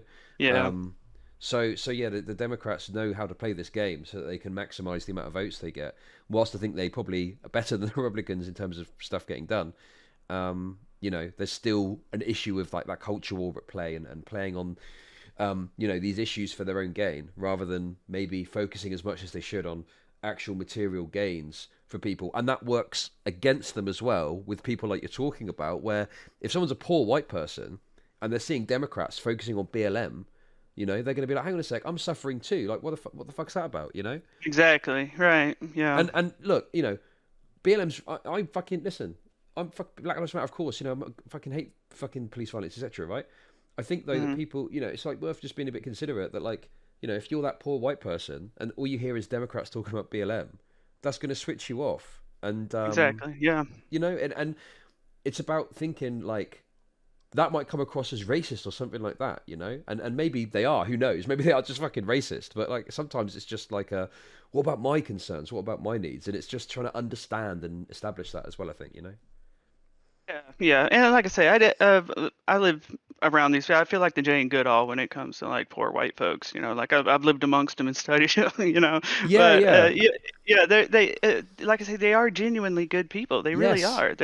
They're not these evil troglodytes. You know, who are just like drinking and you know beating their wives and then going to church and stuff. You know, that happens anywhere you go, right? It happens amongst the rich and educated. So to the problem is demonizing them for their prejudices without understanding where those prejudices kind of permeate, you know, like where they're born at and how they're dealt with, and yeah, yeah. So like feminism, for example, right? Like you wouldn't believe how long it took me to realize that gender equality is good for men and women, right? And it like Yeah, blew yeah. my mind, like when when I was able to that switch kind of clicked with me, you know.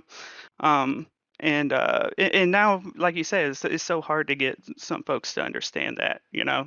You want to shake them, you know, and be like, just snap out of it, you know. Like Yeah, yeah. I black think people aren't hurting you, immigrants aren't hurting you, trans women aren't hurting you. Like it these aren't, seems you like your know. perspective, because you know, especially when you talk about this, it seems like it comes from maybe dealing with some of these people and having these frustrations. You know, I don't know if you know Freems, but I don't think so. okay, Freems is a another streamer, and he lives in Mhm. West Virginia, Mhm. and he himself has got a lot of experience in dealing with a lot of these types of people that you're speaking about, and he says that the fucking fear mongering about conservatives pisses him off no end because he deals with these people, and he's like, yeah, the Yeah. Democrats have fucking let these people down, so they're voting for Trump not because they're evil racists, but because they're genuinely a fucked and they don't think they've got any other option. Mhm. You know, and I Yeah, totally understand the frustration they that feel like you. that. You Yeah, go on. that's their guy, you know, like he Yeah, cares yeah. about them, you know. Yeah.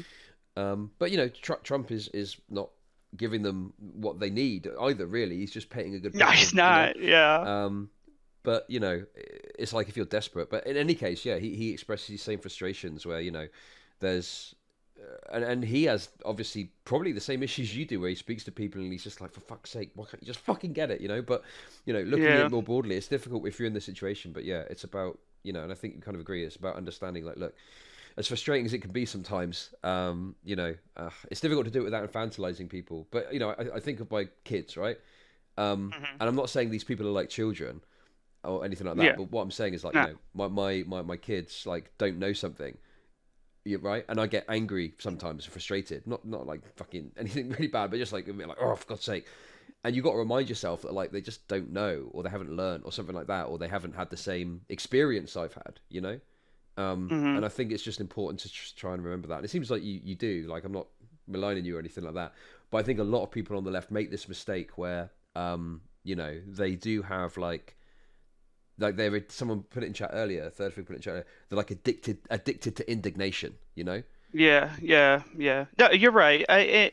Honestly, Chad, that's something I have to keep in check a lot. You know, like because I do get just you know angry Yeah, sometimes. yeah, You of know, course, like yeah. it needs to. This could be so much better for people that I love. You know, people that I care about, places that I used to live that are falling apart. You know, my family is a fine example of it. Yeah, I know so many people that are like this, that are dealing with these so many issues like this, the diseases of depression, despair, I think is what it's called actually, but you know what I mean, drug addiction, things like this. That it doesn't have to be that way, and you know, trying to pull them out of that cave, you know, and into the light. And they're kicking and screaming the whole time. You know, it can just be so infuriating. But you're right. I think I do need to maybe be better keeping that frustration in check, you know, and keeping the perspective, you know.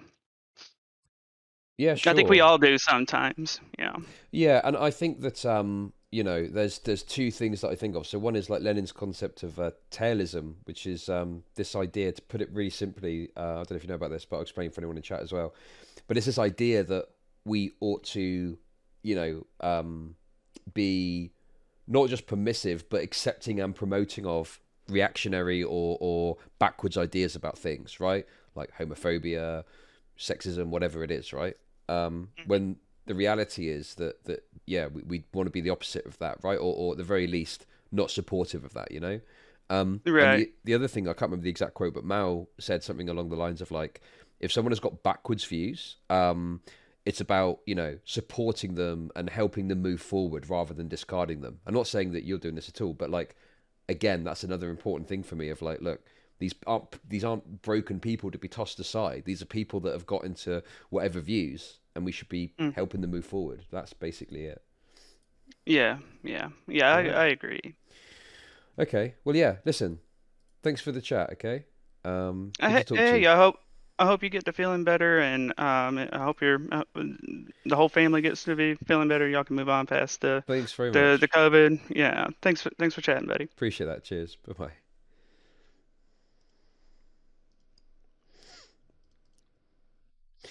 Yeah, I do see that absolutely. Like, you know, look, I told you about the racist fish and chip shop guy, didn't I? I wasn't expected to change his mind, but holy shit, it was like fucking pulling teeth talking to him about George Floyd. This dude was like literally fucking high on right-wing propaganda about George Floyd, talking about fentanyl and shit, and I was just like, oh my fucking god, it's like speaking to a fucking brick wall, and it's frustrating sometimes, you know. But yeah, I think that broadly we as lefties should try and you know, where possible. It's not always possible. Like, listen, if you're like gay or a marginalized person, hey, I love when intellectual ejaculate all over chat pay. Cocaine ketamine with a $5. Thank you, appreciate it.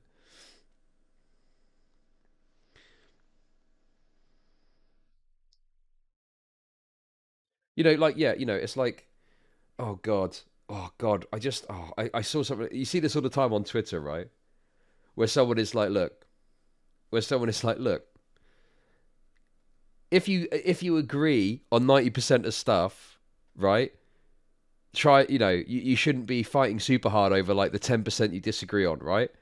And people in the replies are like, what if that 10% is wanting to slaughter black people? And it's like, what the fuck? You really think if you agree on 90% of stuff, the 10% you're going to disagree on is wanting to incite a fucking race war? Like, what fucking planet are you on? Like, you're literally just looking for excuses to be angry at people on Twitter at that point, right? Because I'm telling you, if you agree on 90% of stuff, the 10% you disagree on ain't going to be the fucking Turner Diaries. Like, what the fuck? How is that even possible? Jesus Christ.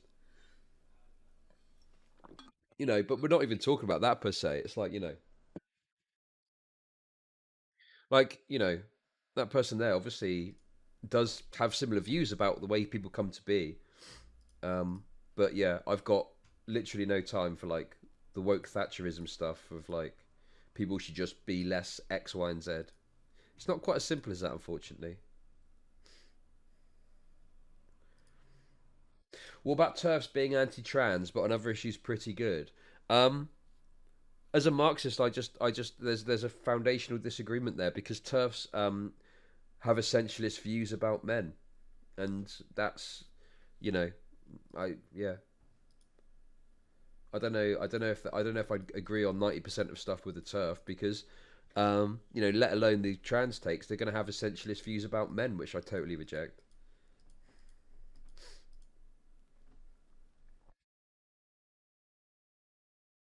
What issue would a TERF be good on?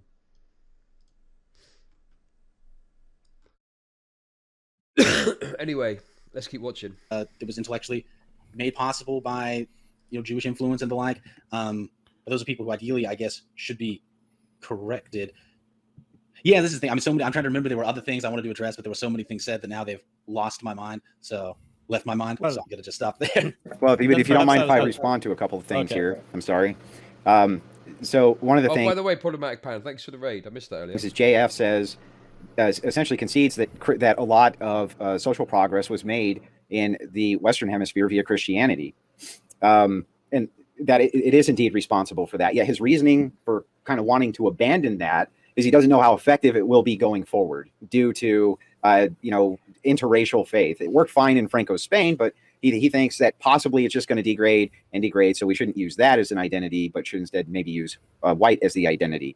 The problem here is whites are being erased. Europeans are being erased. They're not having children. They're not having babies at all. The identity doesn't seem to be saving anybody. The people who are having the most children, guess what? They're Christians. They're Christians. It's the white Christians inside the United States who are having the babies. That's one. Two, JF brings up Jews. Okay. Yes. And I'm sure that over in his chat, a bunch of my enemies who are Wignats, who absolutely hate my guts, are saying he must be Jewish. I'm Irish. Okay. I'm ideologically opposed to the Jewish faith as an Orthodox Christian. I am in agreement about the overrepresentation in many, many categories. I don't in any way dispute reality. This is what I see as the trap. My point that Jared Taylor considers Jews to be white and is much responsible for the modern white identity is very fucking telling to me, as E. Michael Jones, who has been right on the Crucible, has said and rightly pointed out. If you were looking at Jewish influence, they seem to be the same progressives pushing this fucking identity. It's not just the Jews, by the way. It's Margaret Sanger, who is not Jewish. It's Rockefeller. He was not Jewish. It's Klaus Schwab. Klaus Schwab is not Jewish. Angela Merkel is not Jewish. The Bush family is not Jewish. It's not just Jews. I'm sorry to be the one who's the bearer of bad news. It's not just Jews. There is inside the European Union an entire mindset of globalism and control. It's not just coming from Jews. It's not. Last, okay, says that we share a common interest. Okay, well, go tell that to the mostly white Euro nations who are the most pro-gay and the most pro-transgender next to Israel, and they have an entire union, the European Union, of mostly white ethnos. This is very problematic to the worldview that this identity is somehow shared. It's not shared. I do not share an identity with globalists. I do not share an identity with the overrepresentation of Jewish people. I don't share these identities. I see the white identity as being a trap, period. And every time we try to flesh this out, we seem to move in this giant circle. Like I said, some people will say the Jews want to push socialism. Some say the Jews want to push capitalism. It transcends just this. Damn. Big Papa Fascist is actually saying some things which this guy doesn't stand the ethnic diversity view. Yes, Sanzi, I was talking about this earlier. This idea of a shared European identity, racial identity or something, or some sort of cultural shared identity in Europe is just nonsense. You know, you don't even need to go far. I said used England and France. England and Ireland are a fucking great example of that, you know, in terms of like just how different things can be. Problem and criteria of all the mistakes whites make, it's because of Jews. It's not true. It's not true, period, on its face. Go ahead, I'm sorry. And just to maybe make the statements shorter, do you mind if I ask you a quick question, JF? Well, if it's a question that brings me on if another it's a tangent, question. I would like to answer what was already said. I'll wait, Then we no can problem. move to your question. So there's lots of straw manning here, and there's lots of false dichotomy. Andrew is trying to build a false dichotomy in which either the success of Western civilization was due to race or it was due. There's a false dichotomy, but is there someone ready to be inseminated? Oh, where's my garlic? Oh, they'll love the smell of my garlic as I pump my insemination rod into them. Due to religion. But as I've mentioned earlier, the fact is that religion is very much a racial tool. Religion 200 years ago, 100 years ago, and for some religions still today, like Judaism, are essentially dating systems for maintaining Listen, race. what's so great about being against JF like this is I get to not only be racist against French people, nor just racist against Canadian people, but I get to be racist against Canadian French people. A perfect combination. Ideal. If you don't understand this, you will misattribute success to religion, where in fact it was the hidden race ingredient of religion that led us where we are. So I just want to call out these straw men. There's a lot of things that Andrew said that I don't say. I don't say Jews are responsible for all of our problems. So I don't know who he's arguing I'm not against. attributing that specifically to you, but what I am building off of is the fact that you did mention that Rittenhouse, no, those weren't white people, those were Jewish people. Well, the thing is that even if that's true, there's a lot of disassociation even amongst white identitarians as to whether or not Jews are even white. The primary one being Jared Taylor himself, who really pushed the white identitarian movement from the very beginning, probably long before you and I were even alive, JF. So this is what I'm building off of. I'm not attributing. Is that true? Does Jared Taylor say Jewish people are white? Does that mean Jared Taylor isn't a Nazi? He's just a white supremacist then? I don't know what his politics are precisely. But isn't anti-Semitism is like pretty integral to like Nazi ideas, right? Okay, let's continue anyway. Reading that thought process to you, I'm just expanding on it. That's all. And it doesn't matter if someone out there is wrong. What matters is the view I'm defending today and that Sean Last is defending. And I think that that view is ultimately, it matters to a certain extent because our reproduction is tied anyways to who we are. It's like you can change everything in your life, but you won't be able to change your genes. Rob, you had a question that you wanted to push on? Yeah. I think I could intuit what Sean's answer would be, but I just wanted to ask you, one of the big points that I have with this is, well, what do we do with this information that you're giving us? So would you advocate something like an ethno-state, or how would you advocate this separation? Is it purely voluntary? Well, advocating for ethno-states in 2021 is potentially putting you liable for criminal prosecution in Canada and certainly for losing all of your income. So what I will tell you is I can't really discuss this particular subject you asked about. What I will say is we have children. Rob was like, that's fair enough. Oh my fucking God. I get it. I get what you're saying, but it just sounds funny, right? JF Garapi's complaining about the fact that he's so oppressed he can't even talk about ethno-states anymore. Rob Nor's like, yes, fair enough. It just sounds funny. But yeah, I think I get where Rob Nor's coming from, to be charitable, I guess. From the SJW. And they will be making choices when they date, and we should not be hiding important classification information about humanity that could save them so much trouble. Okay, so and let me be quite clear. I think this is a cordial debate, and in no way that's not why I asked that question. I just am genuinely curious because oftentimes I find that my difference in debates such like this with people that are white identitarians, I don't disagree on the genetic factors. I don't disagree on the factor that the race exists. I don't even disagree that there are a lot of people that are attacking people based on their race that are white. I don't disagree with any of that. What I disagree with, right? What we're disagreeing with is, well, what do we do from there? What do we do going forward? And oftentimes people call for an ethno-state. That's why I'm just asking specifically whether it be an ethno-state or other things like that. That's the only reason I bring it up. I hope you trust in good faith. I'm not trying to smear anyone. I'm happy that we're having this discussion. So just to get that out there. Something that you said earlier that I think is worth bringing up. Okay, listen.